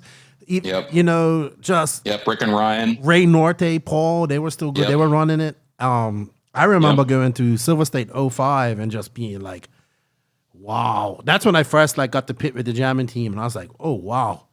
I actually got sick, so I didn't actually get to stay there. But I don't. You probably were still running Mugen at that time. Silver State, Silver State at Boulder, 05. Possibly. Yeah. I think didn't Scott Hughes win Truggy at that race? Can't remember. I was sick, dude. I was in the house sick the whole time. Yeah, I think I was on Mugen at that time. Yeah, I don't remember seeing in the pits. That's what it was. Yeah, I must have been on Mugen. Yeah, because we struggled there. This is right after too. We won Nitro Challenge in Truggy, and then a month later we had to go to Vegas for Silver State. You know, so we're thinking like, oh yeah, we got this one. You know, we got a real good car. I don't even think I made the main. Yeah, I didn't even think we had 16 on that. No. Yeah. Oh, you're talking about Mugen. Sorry. Yeah, go ahead. Yeah, it was just the buggy converted to a Truggy, so it was just short and, you know, just didn't have the momentum going over the bumps like than what the hot bodies had, and you know, the jammins. So horrible. That track had that sandy hill back section. Yeah, I remember that. It was fun though. Yeah, I did practice one day there. One day. Yeah. So I never had a problem racing on that track. It was just the dust and the wind all day long that would be annoying. Yeah, that's when the guys were breaking out the goggles back then. Oh yeah, mandatory. Oh man, and it got so cold at night. Oh wow, I remember that.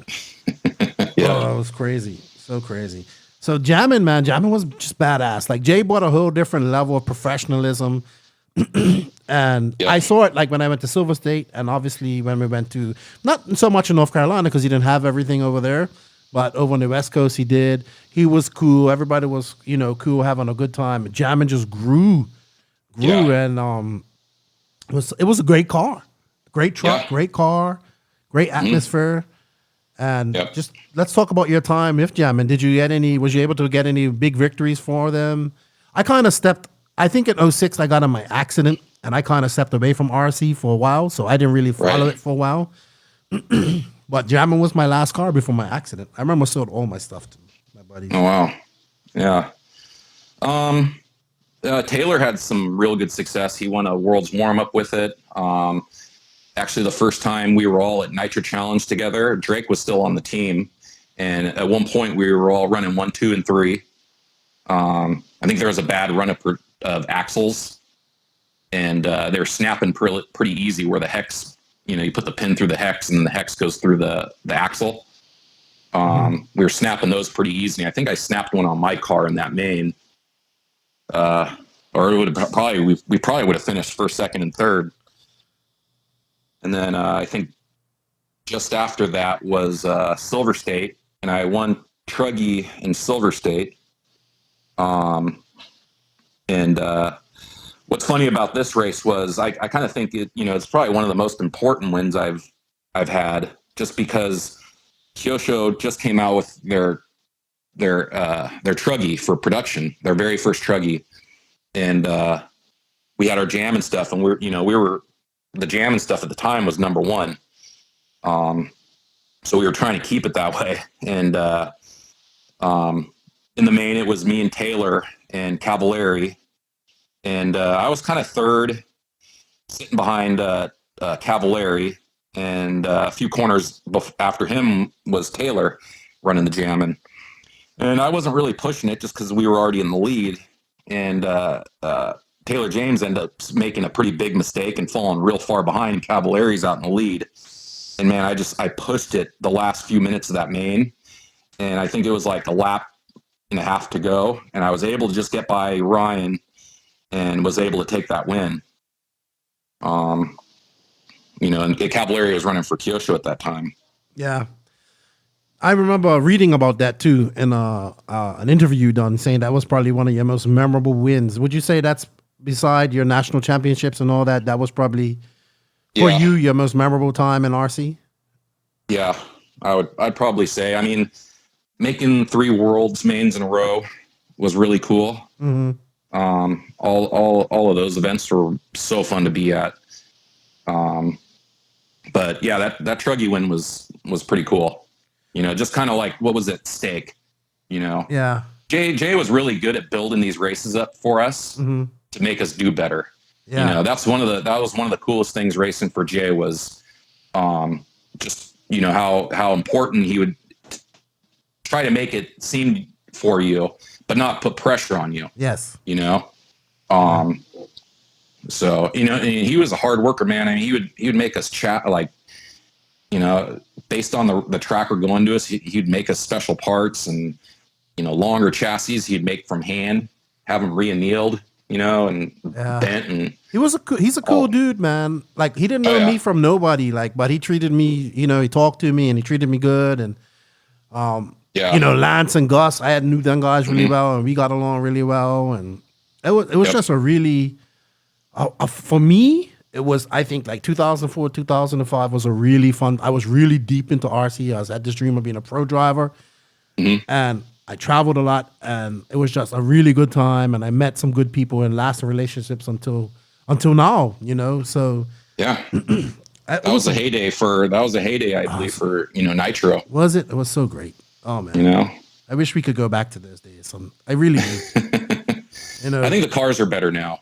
The cars seem like they're faster and stronger, lighter materials, all that type better of stuff. engines. But the atmosphere, like, it wasn't entries back then. It was like, I remember going to my first big race at Lance's first track at his house. There were 400 racers. Yep. And it was just impressive. Like, it was crazy, and it's just a different atmosphere. You're there all day. People having fun. It's still a great atmosphere, and just an awesome time. Yeah. So I mean, that's how. I mean, racing back east is still kind of how it was. I still think. It's been a while. I mean, I moved from SoCal up to Northern California 6.5 years ago. So I don't really know the whole the club race scene and stuff, what's going on down there like I used to. Well, I find the East Coast is the races there that I've been to, the people are definitely very much more having fun. You know what I mean? And then now that I'm come to the West Coast a little bit more, I get to know people, more people know me. I go into the pits more, and I see that too. But it always feels like, even this past DNC, it felt too serious. Right. Like, everybody was just too serious, or they just weren't having fun. But when I go East Coast, it's like everybody come have a beer, sit off, talk to you. And I really enjoy that about the East Coast. And it's down south, because it's all that hospitality and stuff like that.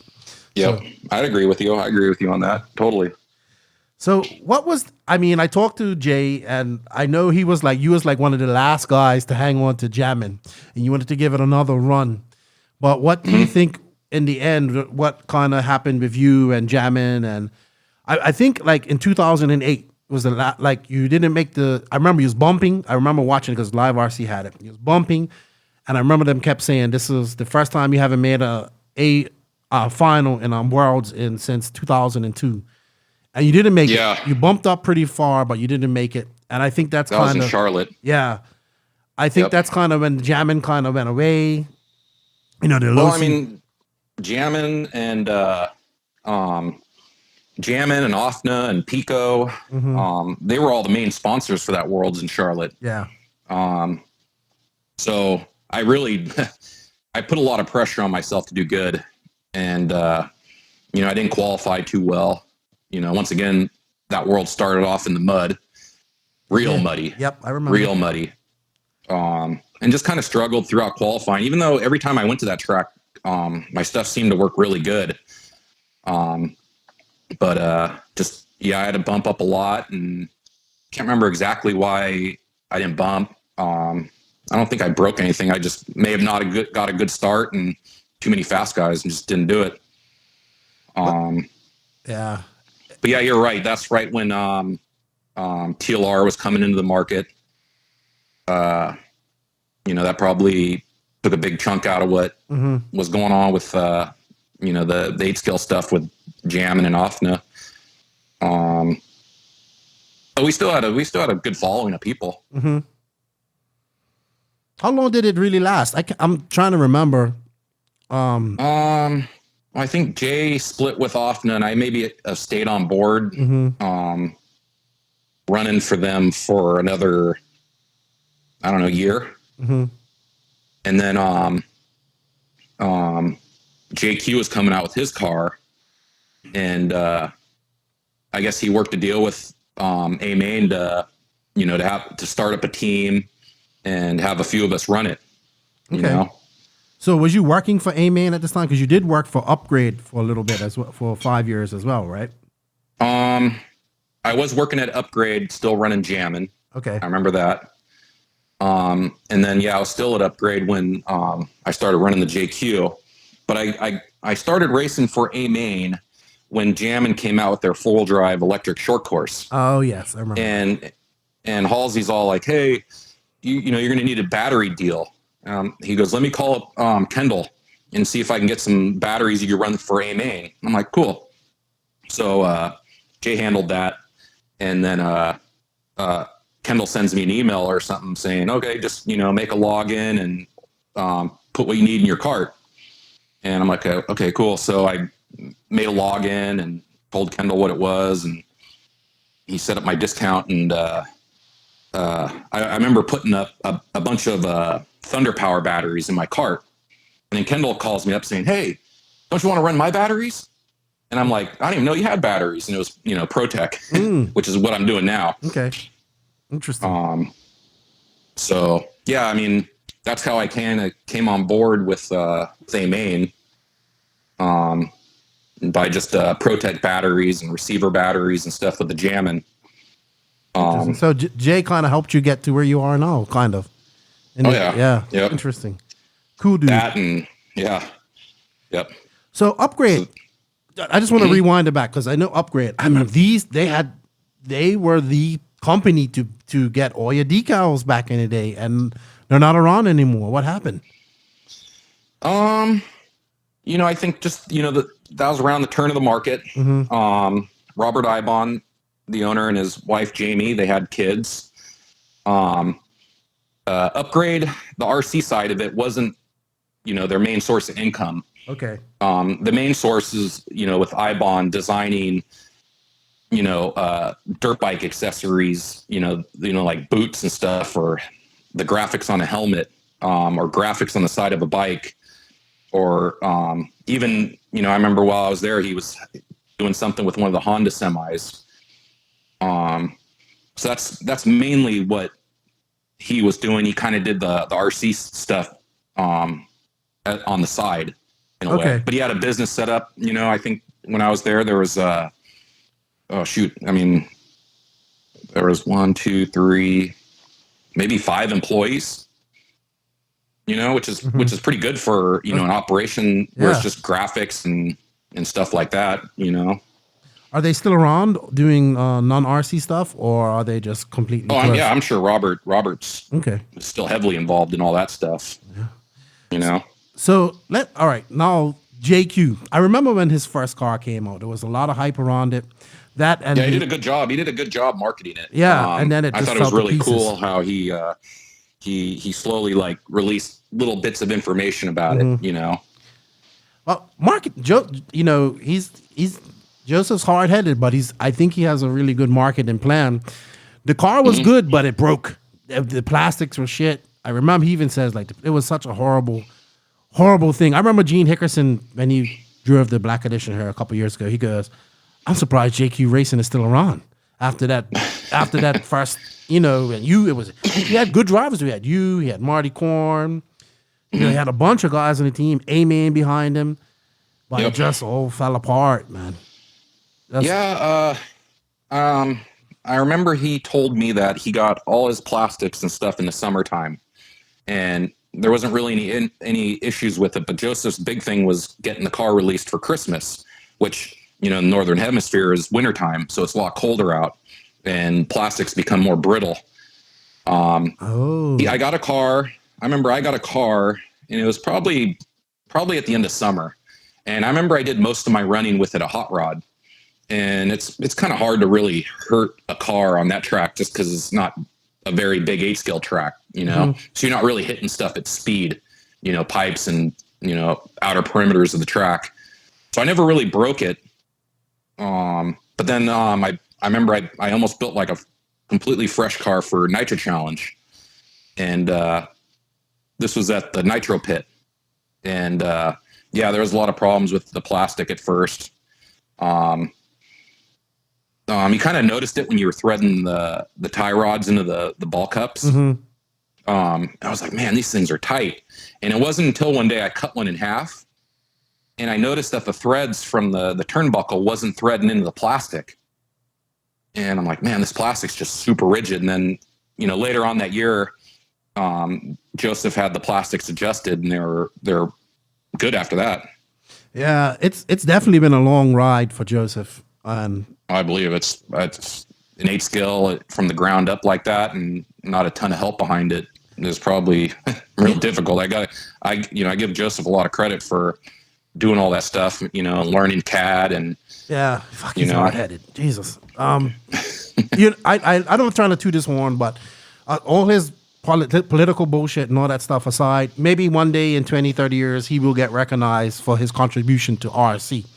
Which he has. He has done a lot for RC, and he means the best for it, But I think it's good he's around doing his thing, and he has a good sized team and a good following, and more credit to him. Yeah, he's still a CUNT though, but I have to get my jabs in him when I can, because he does jab me every day.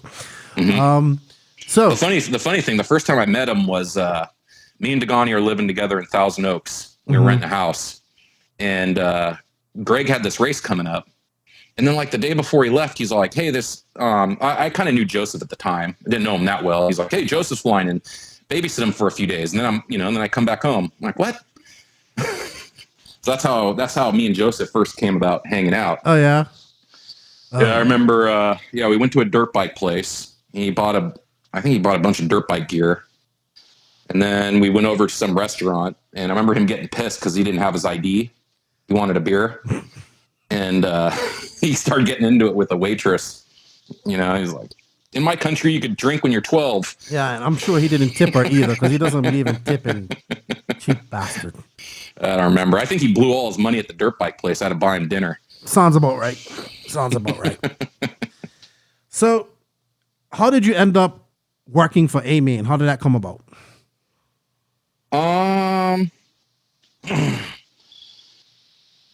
I just, the company A-Man, I was racing for them for a few years now, at least on their car team. A-Man was growing like crazy. And just one day, Kendall called me up asking if I'd be interested in helping with their proprietary line of products, which is ProTech and EcoPower.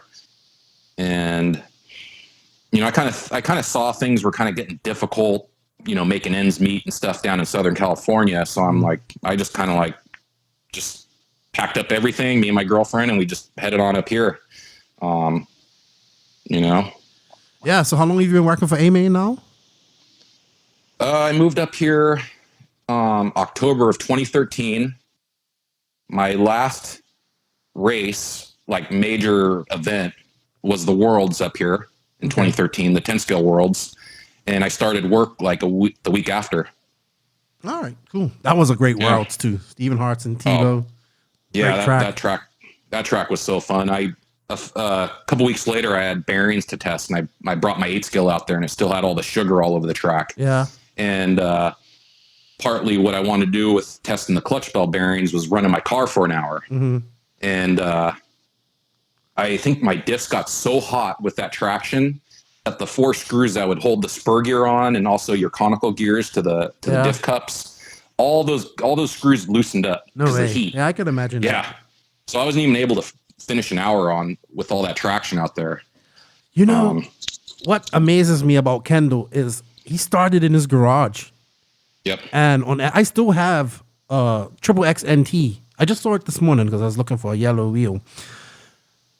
And I said, I just thought I bought this from Kendall Bennett in like 2000, and I still have it. It's in pieces, but it's still a chassis and still everything he had. I remember it came with positive camber because that was the thing back then. I think Tebow had started running positive camber. And I thought I bought this from this dude when he was just started A-Main in his garage. Yeah. And it's just crazy. And he doesn't even race anymore. That's the thing about it. I don't even, No, Kendall races. He does still race? Oh, yeah. Okay, He club races, not recently because this whole quarantine thing, but all the way up until this, he runs 10 scale on our carpet track, which is right next to our big 8 scale track. Yeah, he's heavily into it, man. He's into it. Okay, I gotta get him on her once. I met him at that same Silver State. I'll never forget. He had an order for me, so I went over to get it from him. And he was dremeling. This is when that Thunder Tiger. Remember that Thunder Tiger came out? Oh yeah, and it had that tunnel chassis, and it was just so stiff. And everybody went back to a conventional chassis. He was dremeling on that. That was, I think, that's one of the biggest flops in RC right there too. Like, it was not that it was a flop. It was a. People waited and waited. Richard was building it, and when it came out, it just didn't work. Yeah, the chassis was super rigid, and then the center drive shafts were straight. Yeah. They didn't kind of like angle towards the where your throttle servo would be. So it was super free, so it would transfer weight differently than most other cars. That's why when the Losi car came out, it had such a different feel from most of the other 8 scales at the time, was because that center rear drive shaft came out straight, and the front one had a hard angle. And the first time I drove Adam's car, I did a lap and I pulled over. I'm like, what the heck do you have in the center diff of this? What do you got, like 50,000? He's like, no, it's 7. I'm like, man, that's weird. Like when you gas that car, it felt like it put the power down equally front and rear, which gave it good rotation in the corners. When you start to pick up the throttle and you're still steering, it allowed the rear end to have a little bit of rear steer, which gave that car tons of corner speed. Yeah, I sound like I'm going back to S-Grid days when you used to go into your setup explanations now about typing.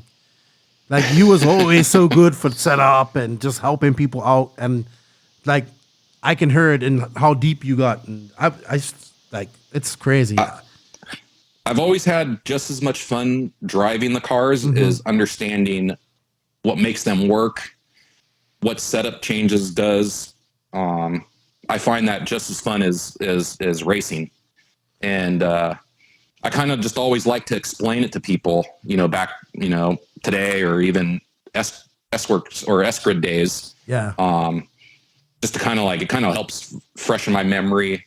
Plus, I mean, even, during the S-Grid days, I was, top, one of the pro drivers and stuff, but I would still listen and read in on other people's conversations to see what they would say from, what they found at the track. And it gives me idea too, in regards to that. Well, this is a great segue into one of my questions. We're coming to the end here.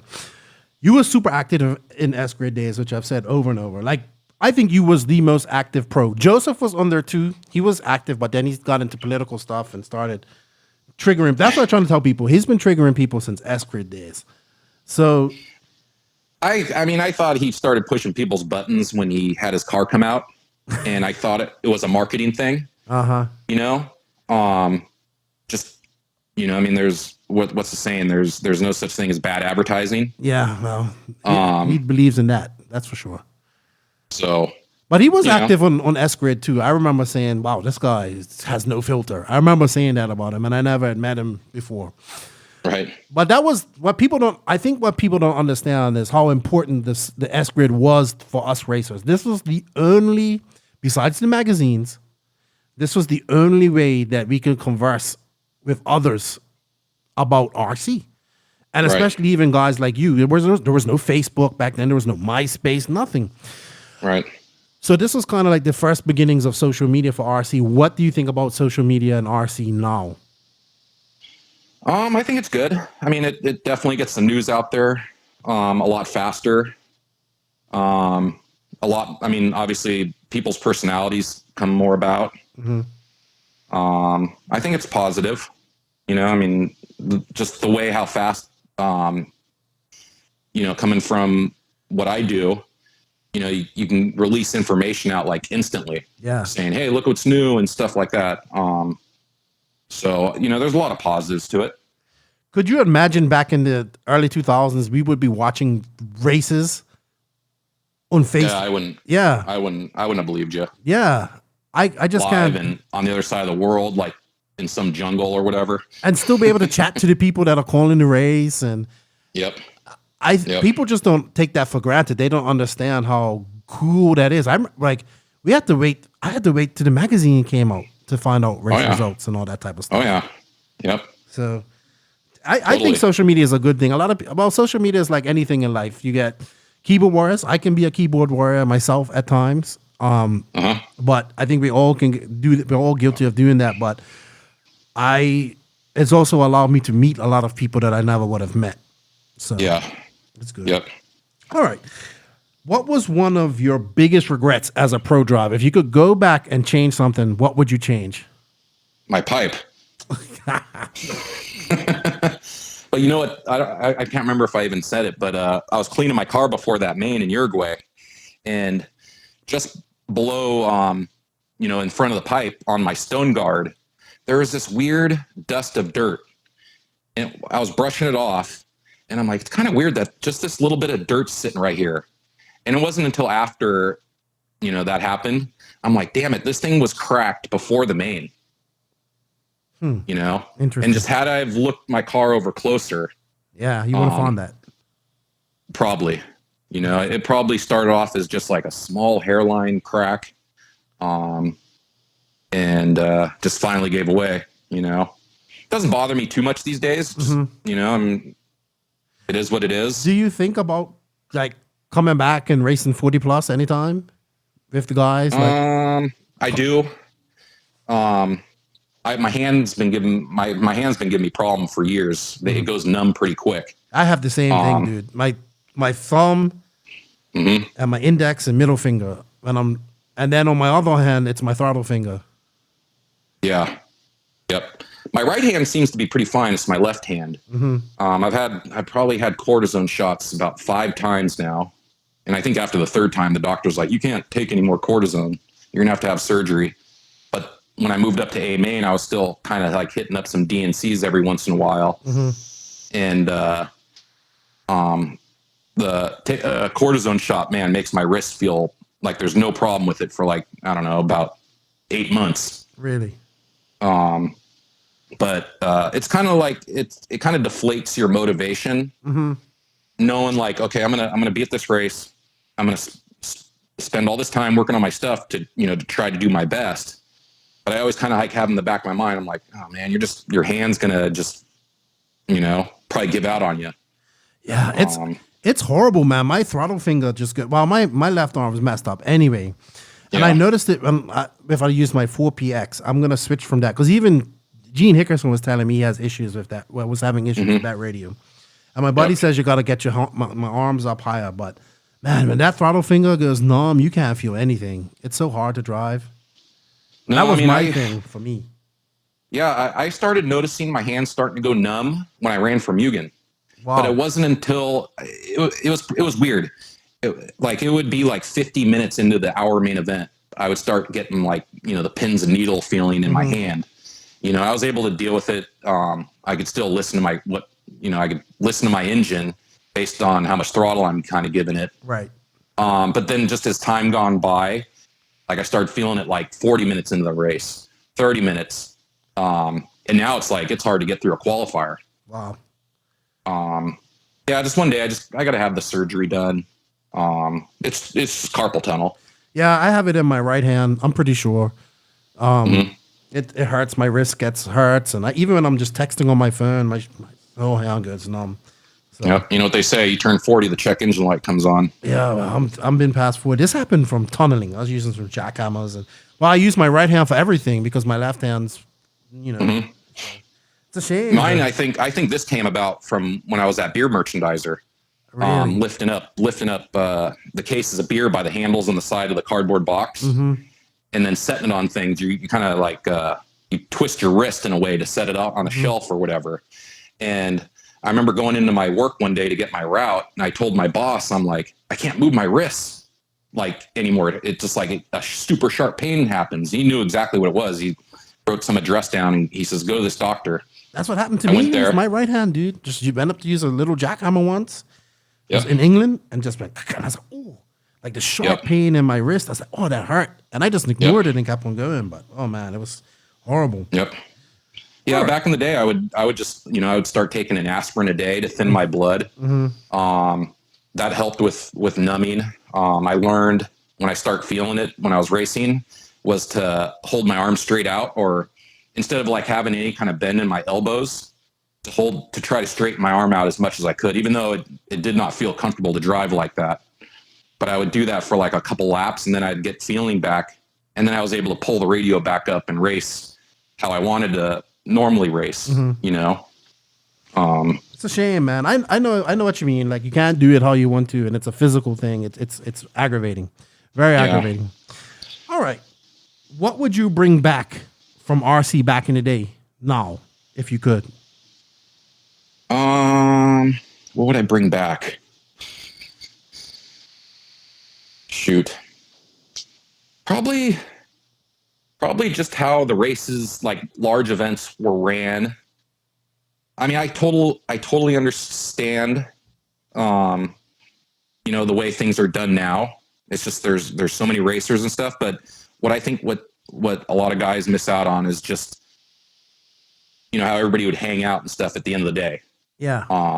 And it wasn't such crazy hours, 6 a.m. till, 1, 2 o'clock in the morning sometimes. I think that kind of like it. I think maybe a lot of people may get frustrated with that, and yes, and then maybe see like, oh man, is this really worth doing? But it's a hard thing to make everybody happy. Yep. So I totally understand. I don't have the answer. For something like that.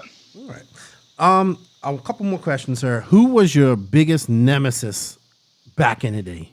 Who was that guy you knew like, oh man, it's gonna be a rough weekend? I did not like to lose to Dagani. I mean, guys like Saxton and Pavitas, they were probably the most competition. They gave you the most competition, but they always, those guys had that history and have already accomplished everything. And so it was just going up against those guys every weekend. It wasn't like, oh, I'm just going to smoke him, just, when those guys were on, you couldn't beat them. Right. Pavitas in Oklahoma City for that Roar Nationals, he got out in the lead and just split. Saxton a lot of times in gas truck, and in 8-skill, there was times where he was just on point that weekend and he was untouchable. But man, I did not like to lose to Greg. Yeah, but probably because you would have to hear about it for like to the next time you guys raced. Yeah, Greg was good like that. He wouldn't really put stuff in your face. But I don't know. I didn't like to lose to him, But I always thought it was good because it helped push each other. Yeah. He didn't probably like to lose to me, and I didn't like to lose to him, so it just made us both better. Who was the most naturally talented driver, you think? Out of your era? Can I name a few? Yeah, sure. I think guys like Jason Ashton. Jason Ashton was real frustrating because I would see the work he'd put in, and I'm like, man, what? You're not gonna do anything this weekend. You haven't touched your car. I mean, here we're in Sweden, and we're on some huge track, and I've been telling him all week, I'm like, put a 14 tooth clutch bell on there. And he's like, nah, I like the 13. I'm like, okay, but then he'd always go out and do good and put in good results, and you got to give him that. He was one of those naturally talented guys. He said he never worked on this shit. No, it was funny. He always had really good paint jobs, though. Yeah, he did. His paint job was iconic. He openly admitted if he could go back, he would have put more work in and took it more serious. Yeah. Yep. And obviously, I think you've asked this question to other guys, and they say Quartz. Taylor James kind of had some of that. Yeah. I usually give it to the guys that are like from the Midwest, where they don't get to race against all, fast guys every single week. And that's always kind of impressed me with guys is that just kind of go out and just have done it on their own and not really had anything to base it off of, and then show up to a big race and do good. Dude, right now. And that's what Taylor James did. The Midwest is pumping out some fast young dudes, man. I know. Incredible. Aaron Pucci, that was the guy's name from St. Louis that came with Matt Gosh. Mm-hmm. That was just wrong in my name. All right, who else was you thinking? It could be guys that how about a guy you thought could make it but kind of quit too soon? That quit too soon? Yeah. You've asked this question to other guys. You didn't say quit too soon. Or probably was on the cusp of being a pro or being a one of the all-time greats, but walked away from it. That's a better example. Probably got frustrated and just said, fuck this, and left. That? Oh, man, I'll have to think about that. I had a different name in mind, but he didn't really quite be like that. But he never had that real one big win. Who was this? Wheeler, Josh Wheeler. Yeah, yeah. He nearly won that Nationals in Vegas. That Jason ended up winning. There was some controversy with that with the fuel tank. Yes. I was actually pitting Jason, and he actually he had to have one more stop than everybody else in that race. So I knew that if his tank was big or anything like that, it wasn't a factor. But they said they checked it. They said they checked it plenty of times. Yeah. I didn't really hang around long enough to watch the whole ordeal. I think I kind of walked back to the pits and kind of heard about what was going on like 20 minutes later. Josh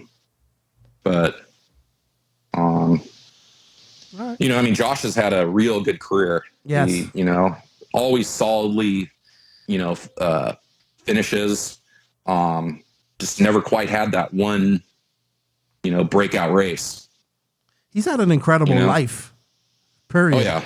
Yeah, and even to go with the question on naturally talented guys, he has a big handicap. Yep. And he doesn't really ever talk about that, and it never really seemed to affect him. Incredible story. I heard his dad told us. I think he told us at that race. They were at that race too, that Offner race. So, yeah. Yep. They're such a great family, the Wheelers. Yeah. It's so many guys that have come up that were good, and talented, but I swear, like everybody seems to say Quartz, man, from that old school, that old school crew. I guess I've just never really watched him race, so I can't really tell.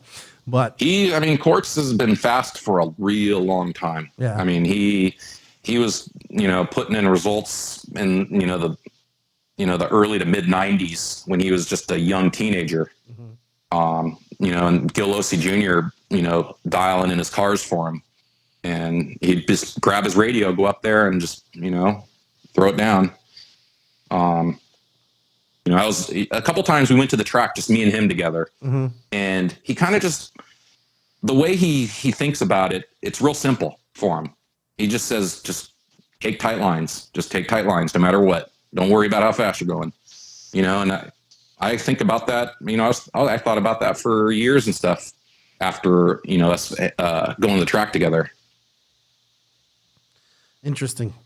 I think that was actually before he even ran for Kyosho. And Greg just says he's the worst mechanic ever. His stuff was never good.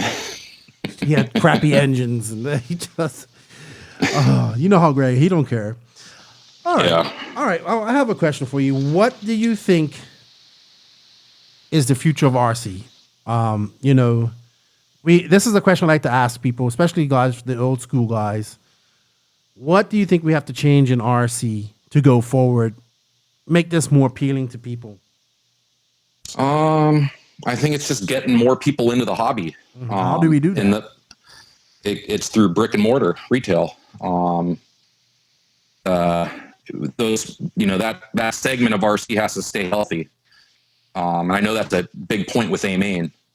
I think ways that could be done is product having their prices mapped or enforced by map a lot better. So everybody's on the same playing field in regards to pricing. And then it comes down to, the store owners on how they want to market their store and what product they want to carry. I think that eliminates, a lot of advantages maybe an online store may have over a retail store is, less overhead, but also able to have, a little bit more selection of stuff. I know that's a topic that Kendall really looks at is how do we help the retail stores stay healthy? And we really pushed our distribution this year to give a lot of these stores, real good margins and everything, to help them in that way. And I know Kendall even went down to SoCal and he visited almost everybody down there and really tried to push the point of map pricing. Right. How about race wise? I believe after we get out of this COVID crap, I think we're gonna see an influx of club racing. I hope we do.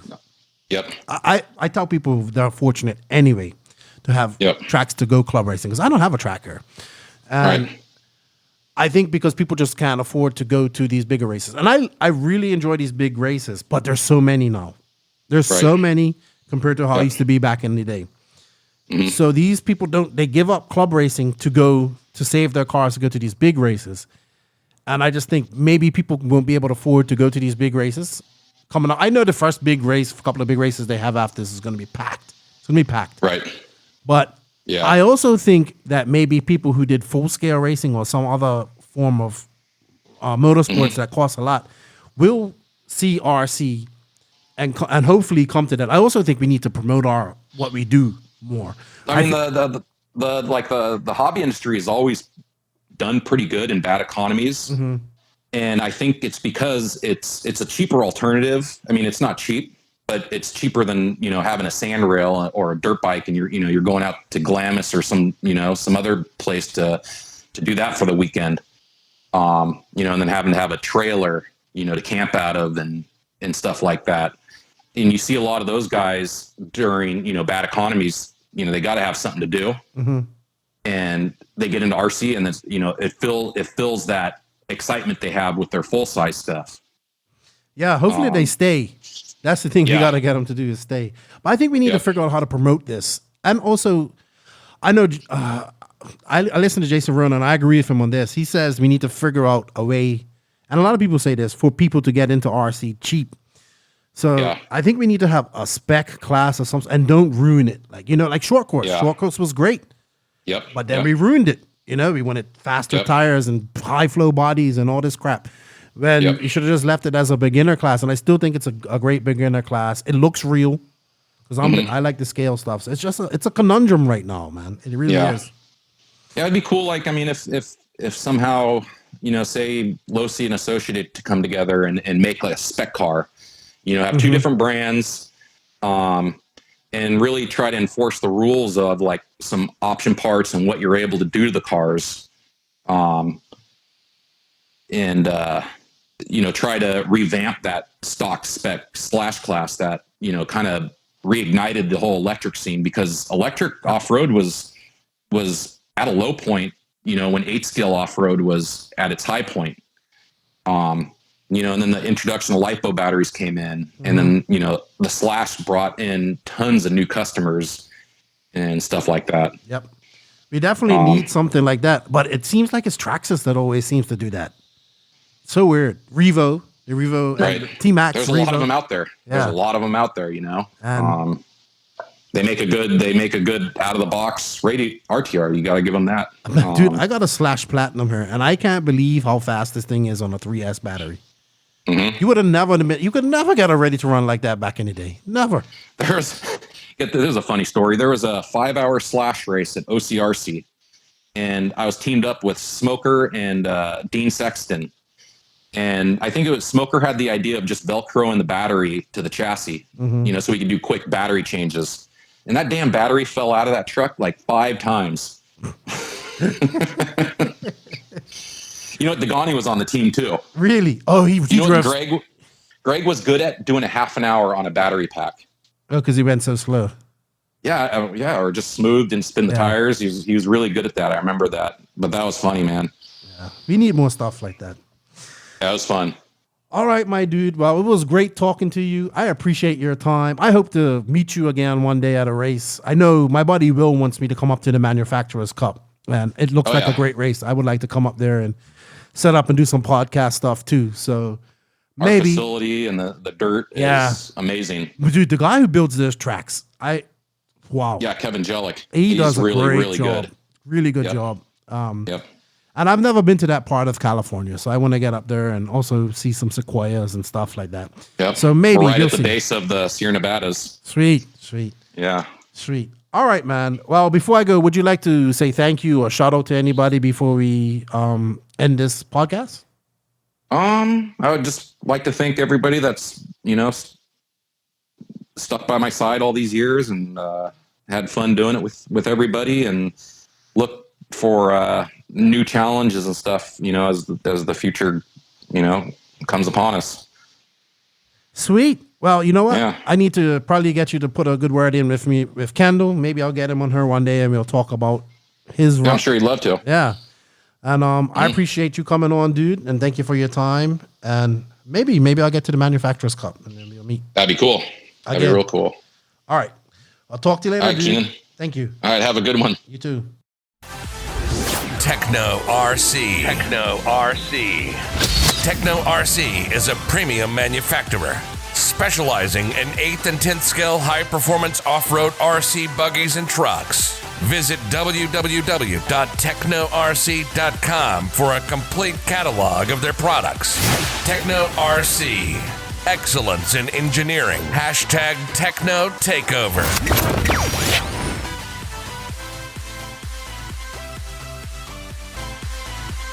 What's going on, everybody? Welcome to... Oh, that's too high. Got my mic all hot. So unprepared for this today. What's going on, everybody? Welcome to the Tekno RC NNRC Hotline. Joining me, we took a week off last week, but joining me this week is my faithful co-host, Wally Builds. What's up, Wally? How are you? Pretty good. How are you? I'm good. Bit hot. Yep. So, and joining us this week is the King, Richard Saxton. What's going on, King? How you doing? Oh, just wishing we were at the RC car track instead of at home. Yeah, I'm ready to smell some nitro. So, yeah, we are doing call-ins today. So, everybody share this. Let's get it going. I know it's been a while. I've been promoting it, but if you are tuning in, share this. We got the King, Richard Saxton, Wally Builds, and Lefty, the beer drinking thunder. I'm not going to say the last word. And The beer drinking thunder. it's not.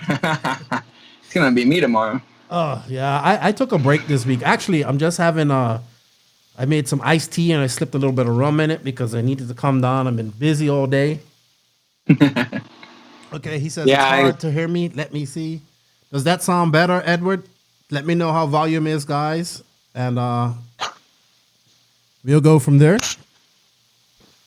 Just talking to the guys out here. Yeah, in California at the Mexican restaurants, they have signs on the outside, margaritas to go. I'm like, oh man, I miss a margarita. Yeah, I've been doing those. I really miss street tacos, man. We don't get that here. And that's what I love. That and In-N-Out when I come to California. So It's in my diet for the last week or two. really? Tacos, In-N-Out, and beer. Yeah, And then mountain biking. And then mountain biking just to top it off. You gotta balance things out. Atta boy, I like it. I know. Like it. So I don't know if you guys can see my Facebook Live. I shaved my beard off, and I really do not like it. I was like, I'm gonna grow my beard. And then this week I was like, it's too hot, and I just shaved it off. And I need to grow it back quickly because I do not like it at all. I don't like it.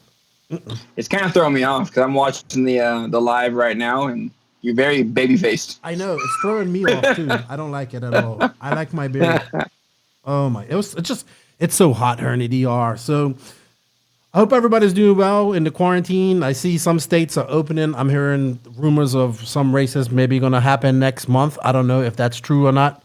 But I know like in the Northeast, things are still really bad. Here we're still on a 5 o'clock curfew.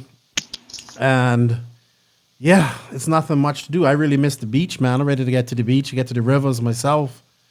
And yeah, hopefully with some common sense, we can start opening up. And yeah, it's definitely a unique situation, right?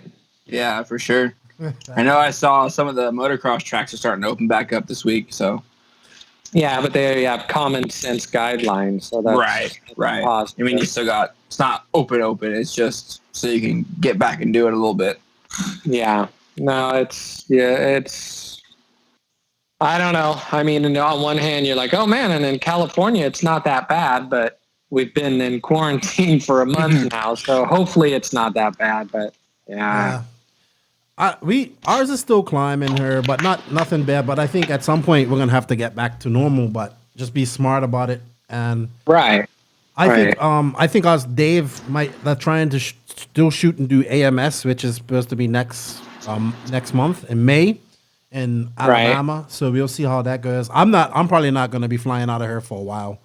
So yeah, until I know I can fly out of this country and then come back without an issue, I'm cool. I'm not coming back. Yeah. So let me shout out what's up to everybody out there on Facebook Live land. Please share this. Let's get some numbers up. These are the call-ins. The number to call is 424-414-6672. We have Richard the King Saxton, and while he builds on, call him up and ask him some questions and talk to him, or just let's talk. Let's talk RC. We got some time to kill. We all got some time to kill. It's evening time. Hey, if you just come from work, let's have a beer and talk RC. I got a question. Did anybody challenge Battier in his bottle cap deal?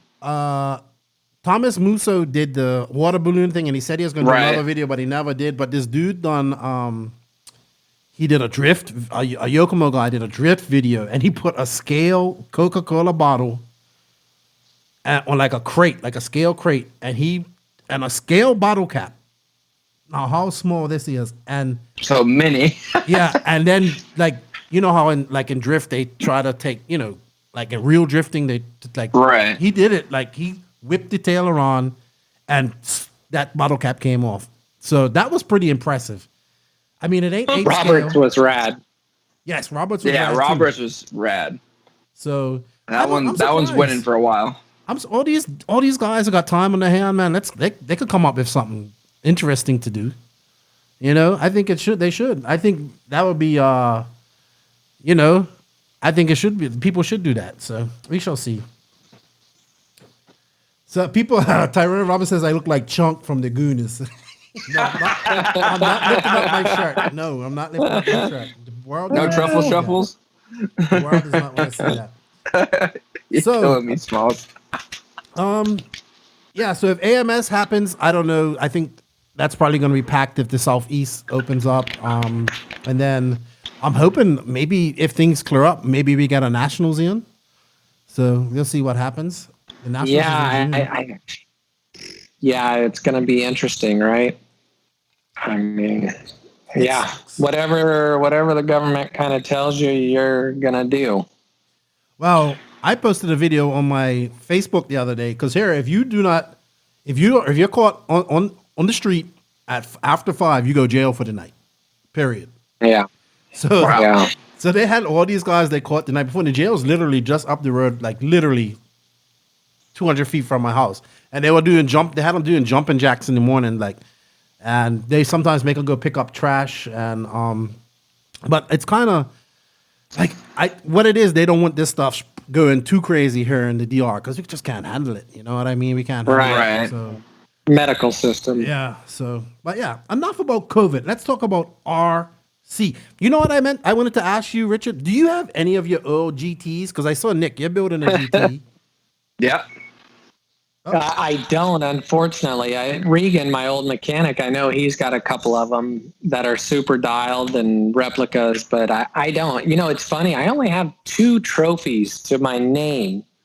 I have a 8th place World's trophy from Portugal. I should probably take a photo of that. And then I have a TQ trophy from Uruguay. And that's it. I mean, I had some cool Norco ones and stuff like that, but those 2 Worlds ones, those rank pretty high up there. Yeah, I bought out my gas trucks.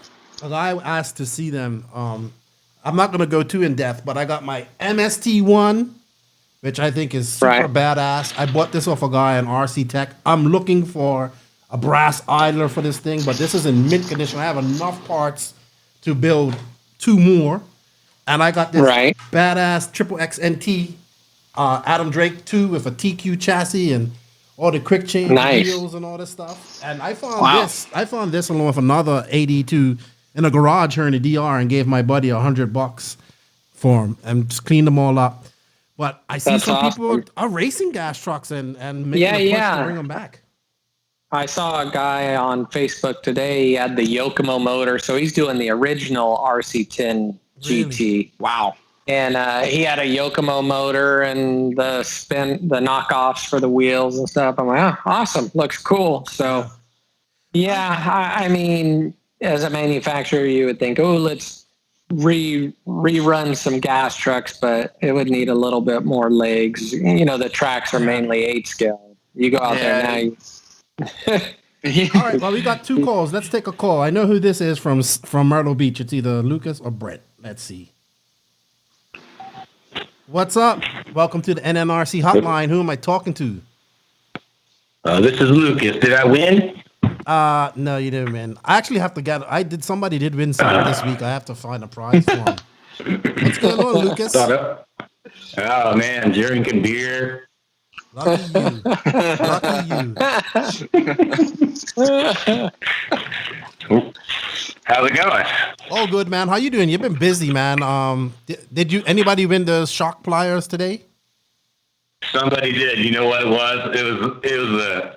It made me laugh like naturally. I didn't have to fake it. Oh yeah. So dude puts in the comments. He's like, JQ's going to win the next Worlds. I was like, I didn't have to think about it. I was like, no, that was a good one. Yeah.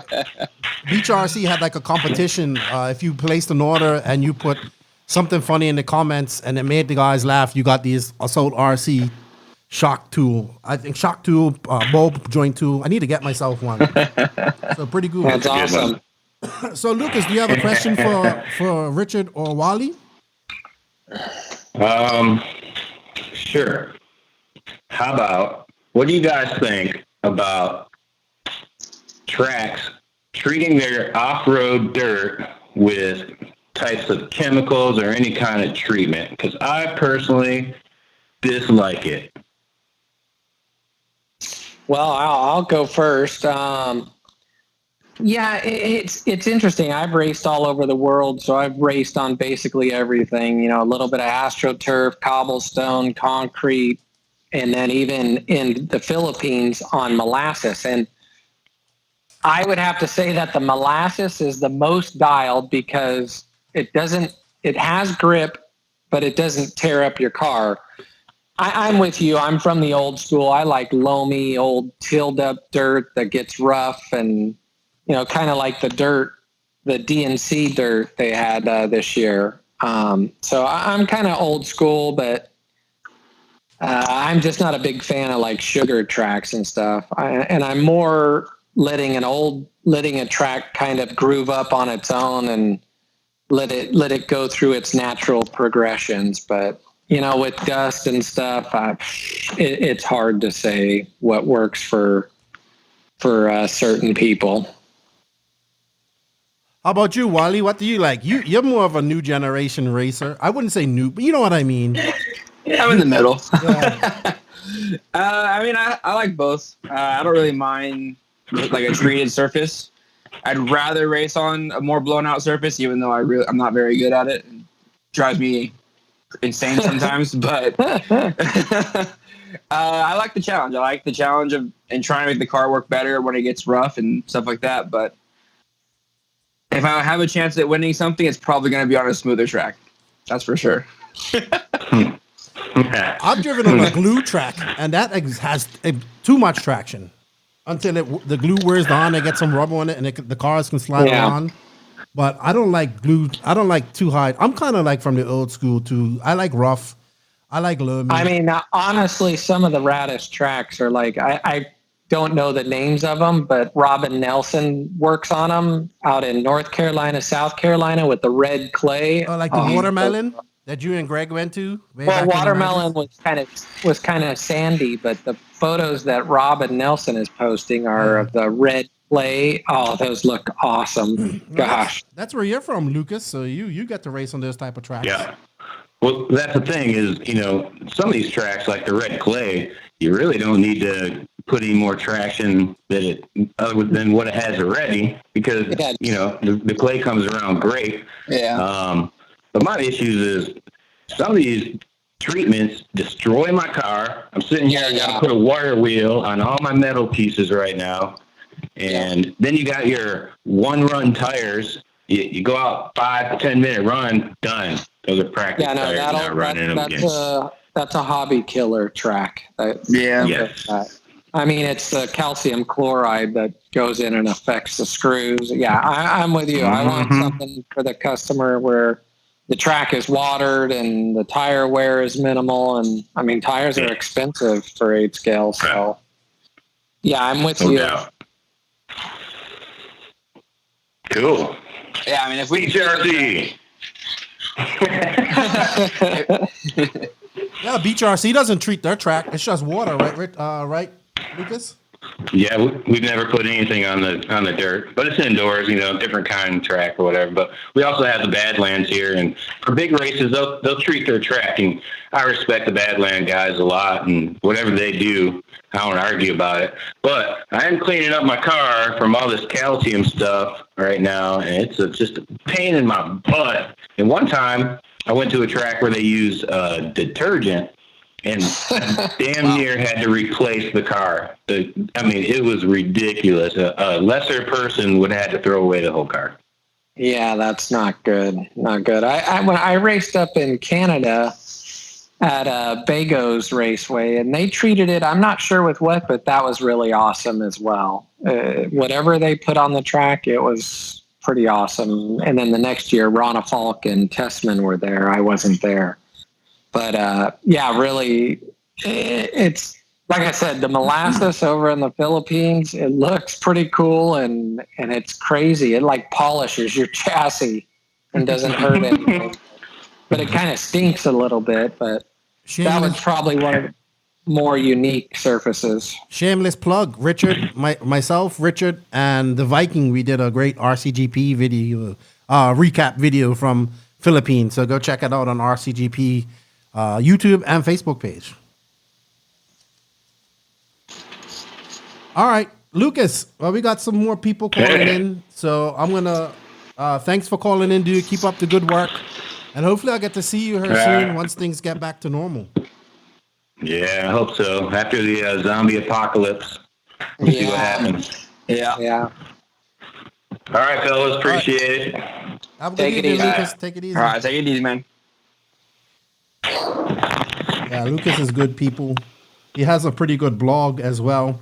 So my next caller in is Joe Zaire from Minnesota. What's going on? What's going on, Cauliflower Air? How's it going? Just sitting in my iRacing rig, about ready to start a time trial. How's that going for you? Every sure you single racing game. Watch your language, otherwise you could lose your ride. I don't have a headset on. There you go. That's Perfect. how you do it right there. Yeah. Every single racing game in comparison to this is a lie. Really? It's that hard? Gran Turismo might as well be an arcade pile of garbage. Really? And I think Project Cars is like impossible. I heard Project Cars was similar. I don't have it. But yeah. It was crazy. I was in Charlotte a long time ago. I forget with who, but maybe Mayfield and a couple others. And we went down to the Hall of Fame, and they have cars that you get in. I don't know if it's iRacing or what it was. I couldn't even get out of pit lane. The damn thing was so loose. I'm like, this can't be real. Yep. It's nuts. You know, I can now confidently say I could get a street stock car around a track pretty fast. Right. Like in real life. Well, I tried Right. on NASCAR Heat. I got that for PlayStation, and I can't even do a lap. It's like, why would somebody want to drive on this type of? It's like, I can't do it at all. Well, I mean, it's culture too. Like I live within 45 miles of 3 dirt oval tracks. Okay. So you kind of get used. It's a culture deal. So I have a question. So I've been doing like iRacing, and I bought a couple of one-up arcade machines from Walmart for $50 a pop if you can find that deal. What is one up? What have you guys? What's a one-up arcade machine? Oh, the one-up arcade machine. They're little 4-foot arcade machines. I got a Galaga and a Pac-Man. Oh, like that you sit down to, and you sit on, and you look like it's a table. Is that what you're talking about? It's not. They have table ones. But these look like regular arcade machines. But they're 4 feet tall. I'm gonna make a riser for them so they're my eye level. Mm-hmm. So if you're lucky, you can find them for anywhere from $1 to $50 a piece at Walmart. Normally they're $1.99 to $3.99. Anyways, so what have you all been doing to try to get past this quarantine to not lose your mind? Well, you go ahead, Nick, because you shut off Facebook last week or a week before. Oh my God. Yeah, that was actually probably the best thing I've done, honestly, in a while. But I've been mountain biking a little bit more here and there. Like, actually, I've been riding almost every day. I still work since I work from home. And then when I'm not doing anything like that, I mean, I have like 3 or 4 friends that I hang out with still, that we hang out on the weekends. Yeah. And then we have a couple beers and kind of hang out.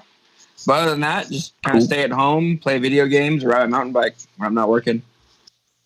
Nice. How about you? Yeah, on my end, I'm doing customer service stuff. So there's little stuff that comes in, and then just been riding my mountain bike and then learning painted a fence and, a couple chores around the house and trying to stay busy for sure. To just kind of, a lot of mountain biking for sure. Well, so I got I guess we don't want to know what Keenan's doing because he ain't doing much. We do. I'm getting fatter. I'm dealing with my daughter that is brought to me from Satan. Her new name is now Lucifina. And really, a lot of PlayStation. My son's kind of gotten into Call of Duty, and he likes Grand Theft Auto. I hate that game. But oh, I love it. I like that's a fun game. I like the the adventure, but I don't like the online part of it. So Oh yeah. he's into that, and I've been trying. I bought we have the wheel and all that stuff. I've been trying it, but it just doesn't work. And I took a break from the podcast. I was telling you, Joe, I just needed a break from. I should have kind of took a break from Facebook, but I didn't. But I'm back, and like it's exciting. It's a pretty good podcast coming this week, and I'm happy. It's fun. I'm enjoying this here, and I actually, I actually turned some wrenches today for 15 minutes. Nice. On my Wow, Traxxas, awesome. my Traxxas TRX4. I changed one part. Now I'll wait 3 weeks and change another. And but yeah, nothing much. I'm kind of. I'll tell you what's been taking up my time too is watching Dark Side of the Ring wrestling documentaries for some reason. I started watching one and I haven't stopped watching them. So I've been doing that and it's trying to stay cool, dude. It's so hot here right now. It's just scorching and just trying to stay cool right now. Awesome. Yeah, in Minnesota, they're starting to lift some of the quarantine. Hopefully, in a week or two, I'll be able to get back to the gym. When this quarantine started in Minnesota, last time I sparred or grappled was March 15th. I was 159 pounds. I'm 174 pounds right now. A lot of video gaming. Well, that and eating like crap. I did get a bike off Bikes Direct, but the second I got it, it's been raining. So I got a Moto Bacane gravel bike. It's actually not bad. I only paid $450 for it, but it's a decent value. A Moto Bacane? Yeah. Yeah, that's a French bike, right? Taiwan. Moto Bacane. They make like 50cc. They used to make 50cc bikes. I don't know what you would call them. Like a Pee-wee moped. Yeah, mopeds. Yeah, that's what you're saying. Dude, I would tell you what. We used to have those in Bermuda, and guys would put like 70cc kits on them. And I was we don't really get big bikes in Bermuda, so. One night, I heard about them. I heard they're fast. This is like from the 70s and stuff. So I had my like DT100, which is like a trail bike, and I had it all hopped up and all this stuff, and I thought it was good. Dude, this little 70cc Moto Bacane just took off away from me, and I tried to catch him, and there's no way in hell I could catch him. That's all fast. Oh man, that's an ego killer. That's an ego killer right there. So too funny.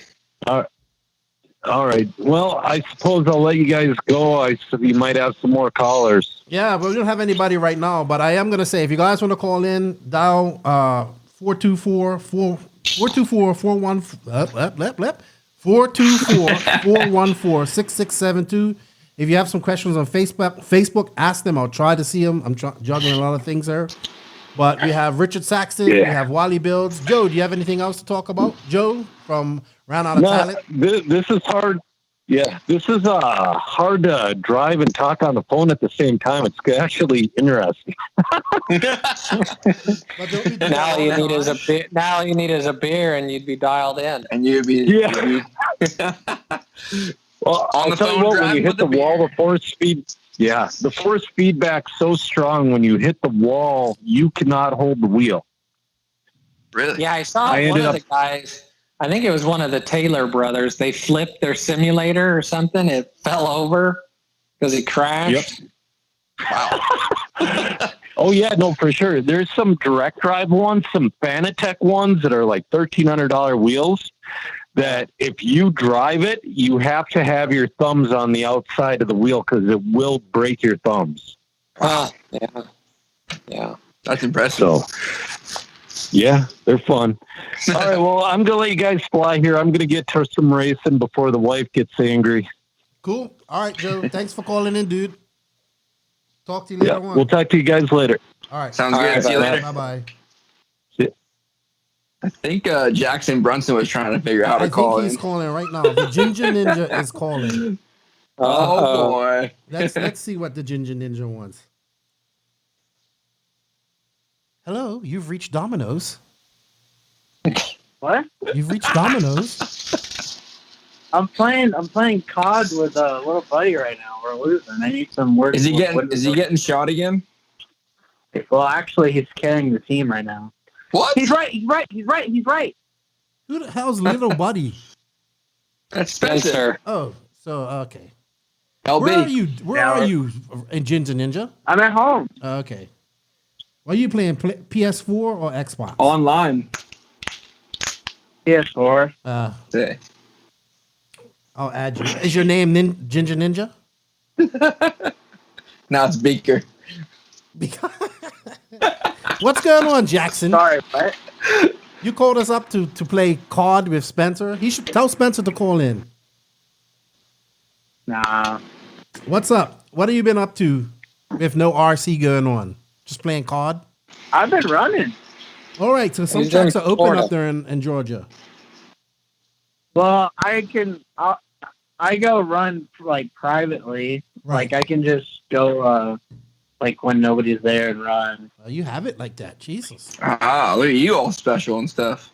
He's got all the new associated parts as well. What's the results of all that stuff, Jackson?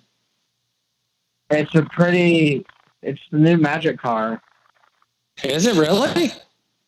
You know what? I was blown away. Like I got to run it with I ran a little buddy's car at Fear Farm, and it was kind of hard to tell, like, just because I felt like his car has way more steering than mine does.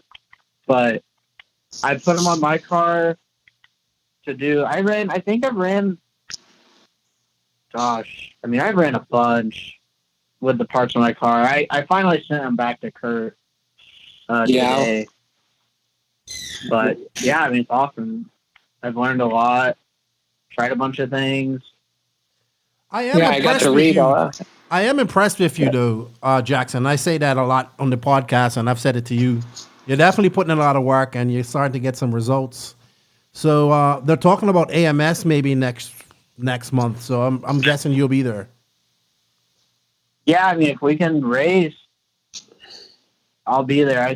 I see Nationals being the first legit race, I think, with it just being outdoors. It's easier to spread people out. I also noticed you realized that Nitro is the glory and you're doing a lot more Nitro racing. What was the reason for that?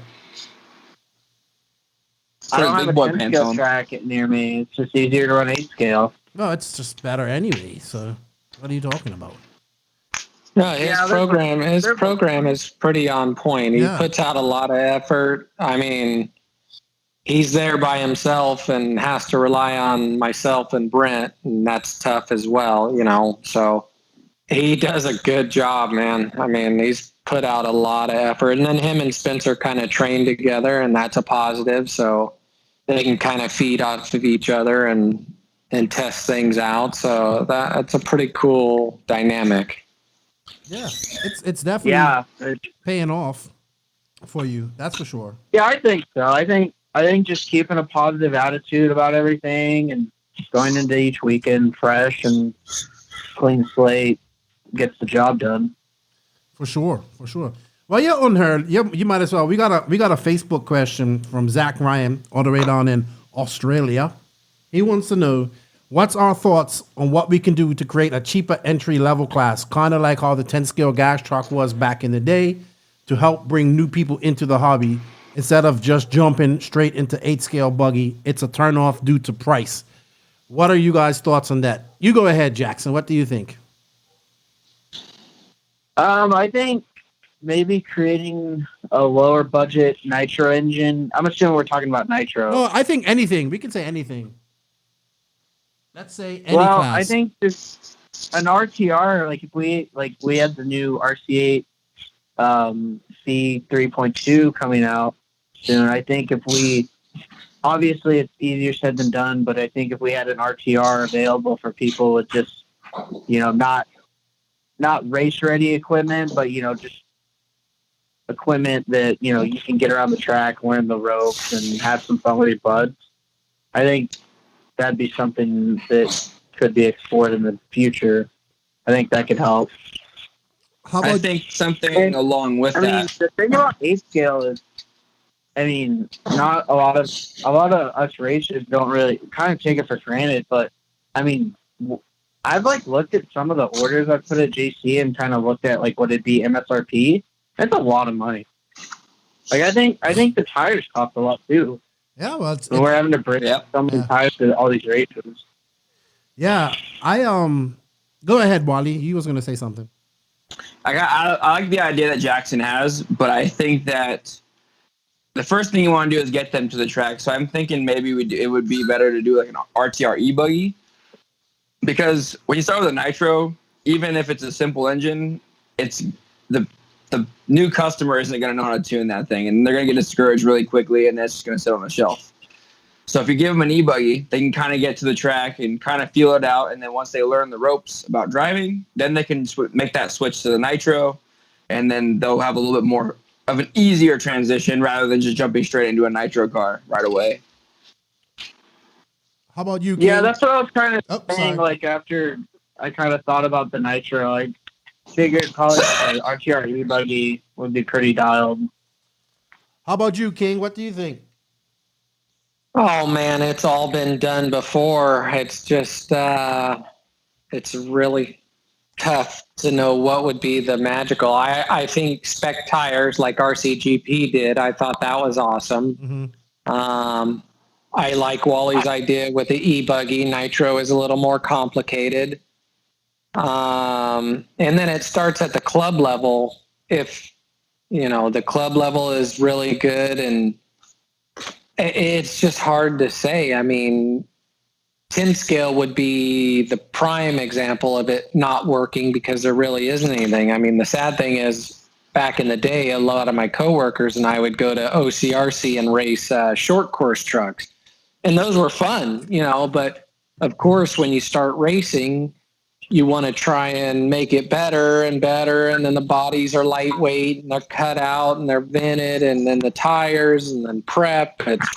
So it's always something, The cool thing is like Associated's come out with a new drag car, no prep drag car, which to each their own. It looks pretty cool. The videos are cool, and it might be something, to where that customer could graduate into a e-buggy and have a spec class. But it's just really tough. And like Jackson says, with the price, but also think about a kid who goes and races motocross. What's the cost of that? So it's all relative to the income. You brought up short course, which is exactly where I was going to go with this. That's Brent's favorite class. Yeah, Traxxas brought in short course. Like Traxxas has done a lot, like to start things. They bought Monster Truck, Revo, which eventually led to kind of Truggy, and then Slash with short course. But like you said, Richard, then we kind of spoil it because we want to go faster and we want lightweight bodies, better tires, hot pops, and all that type of stuff. So that kind of ruined short course. But I did like what Associated done a couple years ago, and they had those spec 4-wheel drive and 2-wheel drive cars, and they came pretty much race ready, and they had their same electronics, and I think that's good because I don't think stock. I don't think stock is a good entry class because it's expensive. It's really expensive. I would never race stock. No offense to anybody. It's actually more to race stock than it is to race modified. Exactly. So. The bad thing, that's what the customer's led to believe. They got to have some special charger and a balance motor. But in the end of the day, it's mainly the guy behind the wheel. If you're good and you can buy good stuff, you don't need all of that. Yeah, I don't know what the next class is going to be. I know Rona says it a lot. It has to be something scale looking. But off-road's hard, dude. Like, that's the thing about it is that a lot of people think, oh, I can drive. I've seen so many people. I can drive my car up and down the street, or I can drive it in the baseball field, and I'm good. When they get to a track and they drive it, it's just like, oh. And I think we as RC dudes need to be more. I'm not saying we're all like this, but we can get pretty in our moods and be like focused in our bubble, in RC bubble. But I think all of us need to do a better job of helping that new person out. You know what I mean? Yeah. Well, I mean, Wally's one of the best at that. He's the guy everybody goes to if they need something. And, that's a big asset for Associated, him running Associated. And that almost goes more than a winning driver, which Wally still is and can be. But I'm saying his off the track presence is really dialed and takes care of a lot of people. That goes a long ways with the customer. When you have somebody out there repping your product, and if they break something, you take care of them, which 99.9% of the whole industry as a whole, they do. So yeah. Dude, we still have RC shows like we used to, like the RCX show where we had. Do we still do that? I don't know. I think that's been shut down. Really? Well, no, they were going to do that. They were going to reopen it this year again. Oh, really? And then now with the COVID-19. But, some of the funnest times I've had at shows has been with Wally doing like the Sand Sports Expo, or I don't know what the one down in Pomona is, but those are huge crowds. And we're out there with SCH, which were a replica short course 8-scale, and people just went nuts for them. Because they look real. That's why. Right. Yeah. Well, that, and then the nitro motor would bring them over, and then the electric one is we'd push them towards the electric to plug and play. So the SCA was an awesome vehicle. It just, I don't know, the price. Well, the price point, maybe it's, even like, let's say the Traxxas, that desert truck, that thing looks bitchin', but I'm sure they do well with it, but it might be a little bit high price point, but it sure looks neat. Looks cool. I mean, it looks rad, but I'm sure like a regular 2-wheel drive Slash outsells that thing by a mile. Oh, well, yeah. So it's just easier to buy it. It's like, oh, I'll just get that. But yeah, I mean, going back to what Richard was saying about doing the shows and all that, those were pretty fun. But I mean, I'd like to see them come back. I always enjoyed working them. And then when we had that, I believe it was the guys that did the Motorhead track. They did that All-American RC race that was kind of ran alongside the RCX show a couple years, maybe 4 or 5 years ago. That was pretty cool. We did electric one day and then 8-scale the next day. And for the most part, every time the cars were running, all the way around the fence, there was just people just watching. Yeah. And that was the actual racing side. It's not just out there just bashing around. So it was actually cool to get that racing aspect out to the more general public. Cool. I also agree with spec tire, dude. I think it needs to be done more, especially in the open class. I think the pro guys should run open tire because they're sponsored by those guys mostly.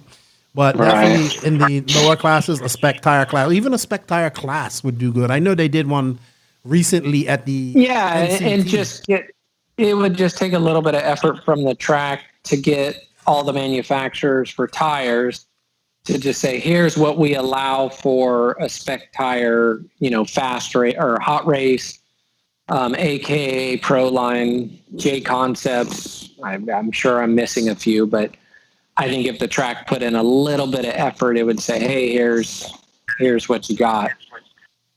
Yeah, for sure. All right, Ginger Ninja, we got a couple more calls to go. Thanks for calling in, dude. I'm sorry, that's your new nickname for me. And I'll see you at the next race, dude. All right, stay safe. All right, you too. Talk to you guys later. You too, buddy. Bye-bye. Let's take we got I know this is Eric calling. Let's talk to Eric real quick.